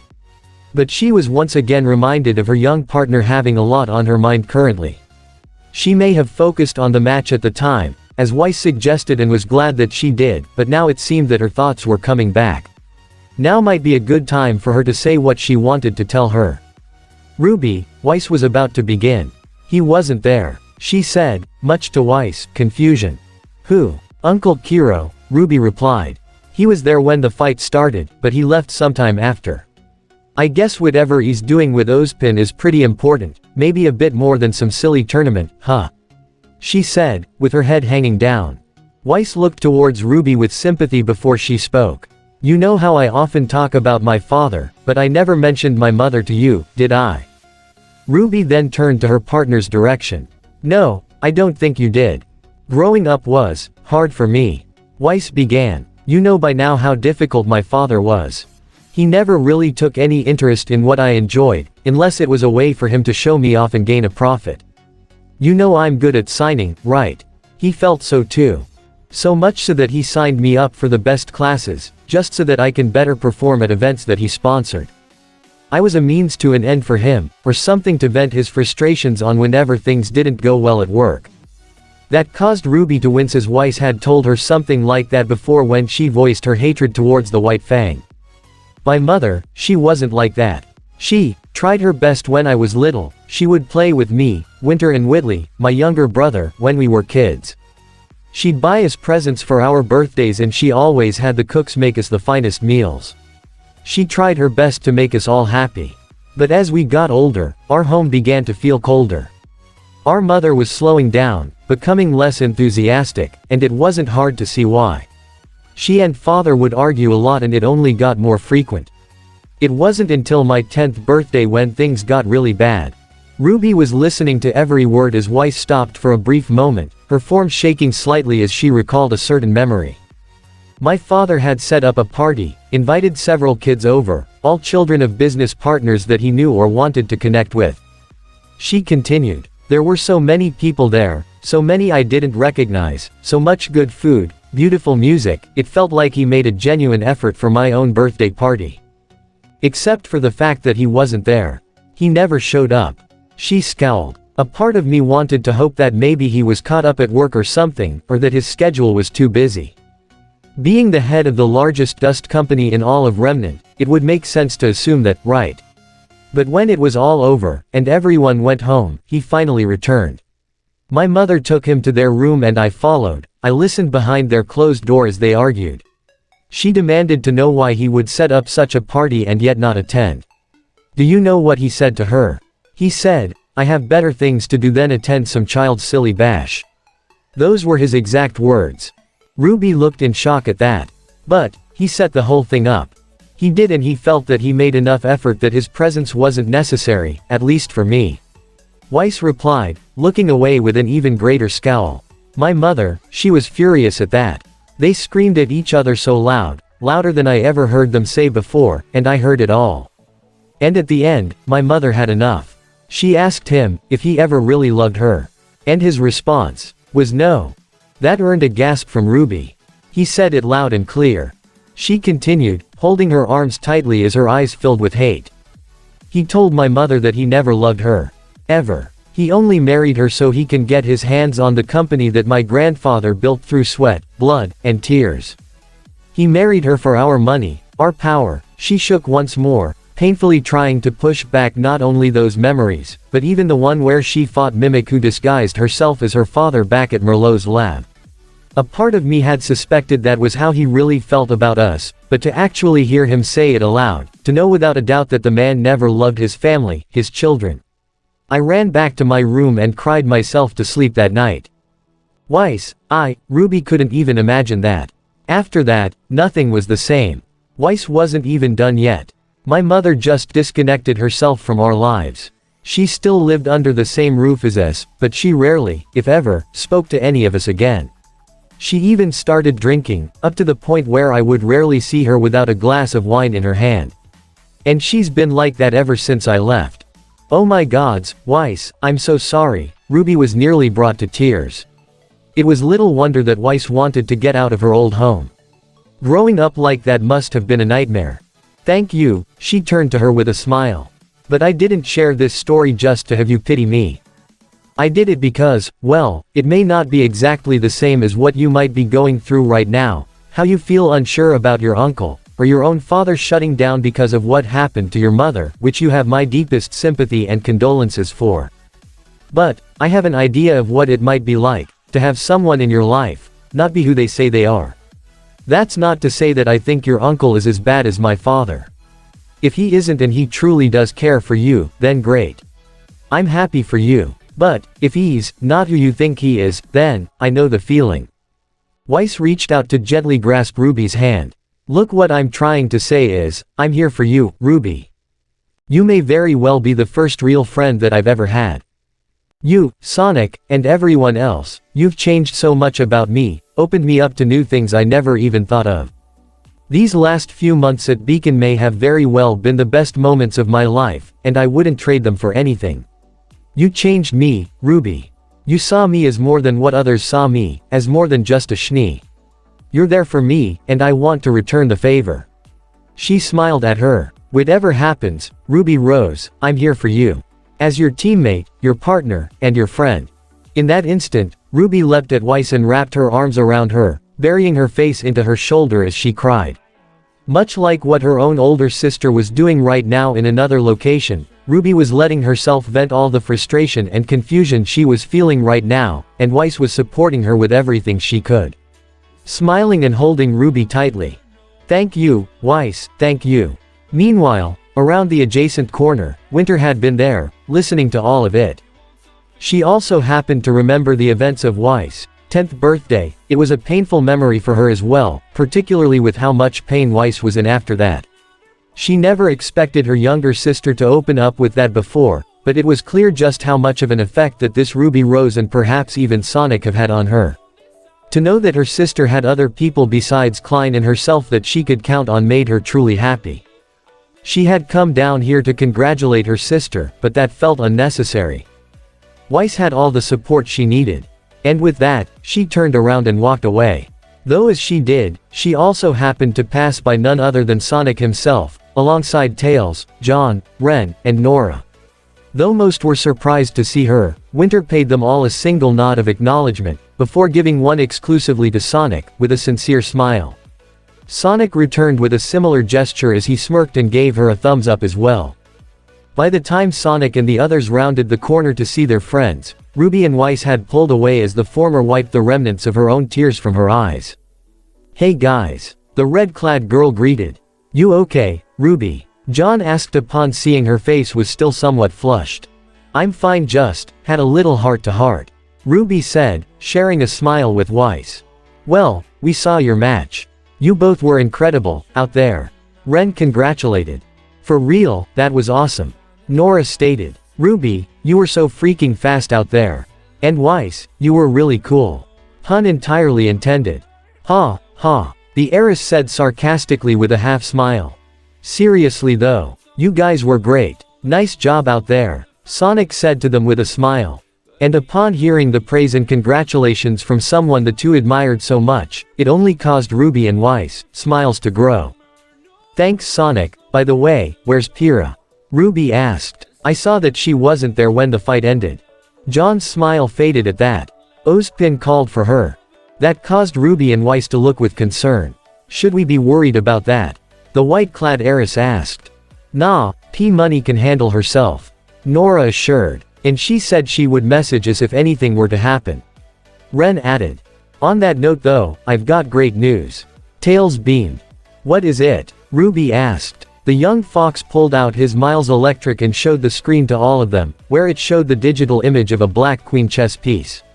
"We found the virus." Emerald Forest. Shadow threw a chaos spear at the ground in front of the masked woman, causing it to explode as she backed away, with Shadow dashing through the resulting smoke. Verondite pointing forward, though she weakly blocked it with the red dust blade in her left hand and proceeded to swing her sword at him rapidly. It wasn't as fine-tuned as strong as she would use her right hand to wield her sword. Despite training herself to use her left hand if her right one was no longer an option. It was still a tad difficult as she couldn't perfectly replicate her own handiness. Something Shadow noticed and took full advantage of is when she lunged her dust blade at him. Shadow caught her by the wrist with one hand and kicked the handle of her sword, dislodging the dust blade and knocking it up into the air before Shadow performed a spin dash up close and personal into the woman's stomach to send her rolling and skidding across the ground, just before the dislodged dust blade fell, and Shadow caught it in his hand easily enough. The masked woman grunted in pain as she felt her own aura level dropping significantly. She was ever rarely backed into a corner like this, but as she hated to admit it, she was outmatched against this black hedgehog. Though she still had her trump card to use, but should she use it? These aliens don't know about it, or rather, they don't about them. But she wasn't exactly one to reveal her hand unless there were no other options, but that may very well be the case here as her aura level was rather low and she couldn't escape without revealing something else that she'd rather not reveal yet. "This ends now," Shadow mused, feeling he's wasted enough time. He held the dislodged fire dust blade in his free hand and channeled some chaos energy directly into it, causing it to glow slightly before throwing at the woman like a javelin. Acting on pure survival instinct, quickly using her hilt to equip another dust blade and pulled it out to slice and deflect the projectile, but that's when she noticed the flash of energy inside it, and realized her mistake. "Oh no." Boom. Asterisk. The chaos energy-infused dust blade had exploded in a mess of fire and sparking energy, the force of the explosion blasting the woman back, bouncing across the ground before the back of her body smacked against a tree. Her own red aura flashed around her body, her mask cracking apart, both on the verge of breaking as she could barely try to pull herself up. Only for Shadow to appear over her, slam his foot into her stomach and pin her whole body to the ground. As he glared down with his own red eyes, the cracks on the woman's mask continued to spread until it broke apart. Pieces of the grim mask fell off to reveal the woman's face in its entirety. Few things could ever shock Shadow. The woman's ability to turn into a bird did catch him somewhat off guard before, but this was not the kind of face he was expecting to see. Aside from her long black hair, this woman looked like an older version of a certain blonde student that's been working alongside him and his teammates since coming to Beacon. And those red eyes, the same kind of red eyes he saw in that same blonde whenever she got angry. "You're Yang Xiaolong's mother." Raven narrowed her eyes, keeping silent. But that was more than enough to confirm it. First her uncle arrives at Beacon, and now you. You who has been observing us all this time. Shadow pressed his foot harder, causing the woman to grimace as she grabbed his ankle with her left hand and stared defiantly at him.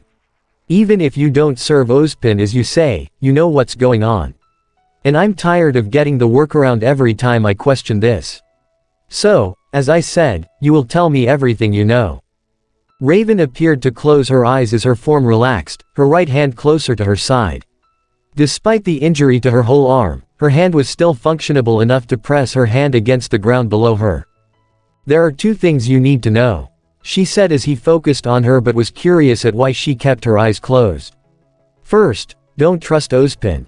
"I already don't." "Good, it means you're not stupid," she replied. And second, cracks began to form at the ground below Raven but seemed contained enough to not spread out too much, all of it being focused just below her own body as the ground began to weaken. "No matter what he says, no matter what his little puppets tell you, and your blue friend, you keep those two out of it." Right as she said that, the ground beneath Raven collapsed, causing her to fall in while Shadow instinctively leapt back. He scowled as he looked down the hole, only to see a swirling red portal closing. When it did, Raven was gone. The black hedgehog grunted in frustration as this only left him with more questions.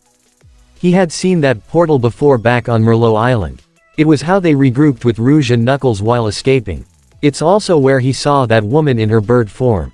He had initially thought her ability to turn into a bird was her semblance. But if that was the case, then how did she make that portal? Remnant didn't have the kind of technology to make wormholes. And as far as he knew, a person on this world could only have one semblance. Unless this also had something to do with Ozpin. But this encounter did manage to confirm one thing to Shadow. What she had just said to him, keep those two out of it. Those two. An obvious assumption could be that she was referring to her daughter, but what about the other one? Was it Ruby? Yang and Ruby were only half-sisters, they shared the same father, but different mothers. Although, he knew that their uncle was involved with Ozpin, and perhaps Raven herself was at one time if her words of not trusting him were anything to go by. So, it seems that this woman did have some concern for Ruby as well, which all but confirmed that the girl was also at the center of this conspiracy. All he could hope for now, was that they find what Ozpin's hiding soon, maybe it'll give them answers as to what role Ruby had in all this. Because if Ozpin or his cohorts had any intention of using that innocent girl for their own ends, he wouldn't hesitate to cripple them all. Ozpin's office. Qrow had just arrived with an annoyed grunt. "I missed Ruby's fight, you know. I am sorry about that. But time is of the essence here," the headmaster of Beacon said, sitting in his chair as he faced the window, looking toward the sky that was now turning orange with the setting sun. "Although, she did perform spectacularly. You should be proud." "I am," Qrow said before getting to the point. "So, have you chosen the next fall maiden yet?" "The maidens chose themselves," Ozpin clarified as he turned his chair around to face Qrow directly. "I simply believe I found the right candidate." "Is it Winter?" Qrow asked. "No," Ozpin answered. "While I have no doubt she would make an excellent maiden, for all the reasons James has said, Winter is, above all else, a soldier, and that is not what I'm looking for. Soldiers, armies, these are symbols of war and conflict. But a guardian is a symbol of comfort, someone who can put people at ease even at times of uncertainty. And this one, I believe, fits into all the required categories. She's strong, intelligent, empathetic, and has a close enough connection to Sonic that may allow us to bridge the divide that is growing between us and them. As long as Ruby is kept out of it, I'm fine with whatever. Qrow said. Ozpin gave yet another sigh as this was brought up again. Your niece can't stay in the dark forever, Qrow. However, I do agree that she is not ready to learn the truth yet. Perhaps we can use this as a chance to talk to Sonic and find a compromise. The elevator door then opened as both men turned to the young woman who had entered the office. Pyrrha Nikos. Rouge had let herself fall closer to the bottom of the elevator shaft, before spreading out her wings to slow her descent. She hovered just below the bottom of the shaft, right in front of the elevator door. Using her eyepiece, she scanned the door itself to see if there was any kind of security rig to it, motion sensors, or even a bomb, but it seemed clean. With that in mind, Rouge took out Purple Hearts in its broadsword mode and jammed it into the crevice in the middle of the door and was able to pry it open enough to allow her to slip inside. Once more, Rouge hovered in the air, making sure she didn't trip any motion sensors or anything that may be on the ground, right before using her eyepiece to scan the area, as well as taking a look herself. It was a massive, dimly lit chamber, with wall-mounted torches that casted a pale green light. It was rather large, larger than any other room she'd seen in Beacon so far. Her scan was complete and she found no security devices in place. That's it, she muttered to herself. No lasers, no motion detectors, no floor traps, not even a single camera. Some security. She probably felt that with Ozpin giving off the impression of such a humble man, that nobody would ever suspect him of hiding something in the first place, nothing huge anyway. Wow, you're more arrogant than you let on. So, what do you got down here? Rouge flew deeper into the chamber, while using her eyepiece to scan and locate the power generator that was underneath the floor at the furthest end of this place. Based on what her eyepiece picked up, the generator wasn't hooked up to anything else throughout this enormous basement. In fact, it only seemed connected to a single appliance. What's so special that you gotta have your own independent power generator for? She asked aloud, but would get her answer soon as she finally came to the end of the chamber. What she saw caused her to gasp as her eyes widened in absolute shock, one of the few times where she was surprised, or even horrified. She instantly got a sense of déjà vu back to when she had found Shadow again after assuming he died trying to stop the Ark from crashing into the Earth, and where she had met Omega for the first time and they had formed Team Dark. But even though it was familiar, it was still horrifying to her. She saw a large machine that was connected to two pods on opposite ends. The one on the right was empty, but the one on the left wasn't. Inside that pod, was a half-naked young woman with tan skin and brown hair, covered in scars and appeared to be in some sort of coma. What the hell? And this at the end of part 13 this what if. Hope you guys like it. Do not forget to leave a comment down below and subscribe to the channel.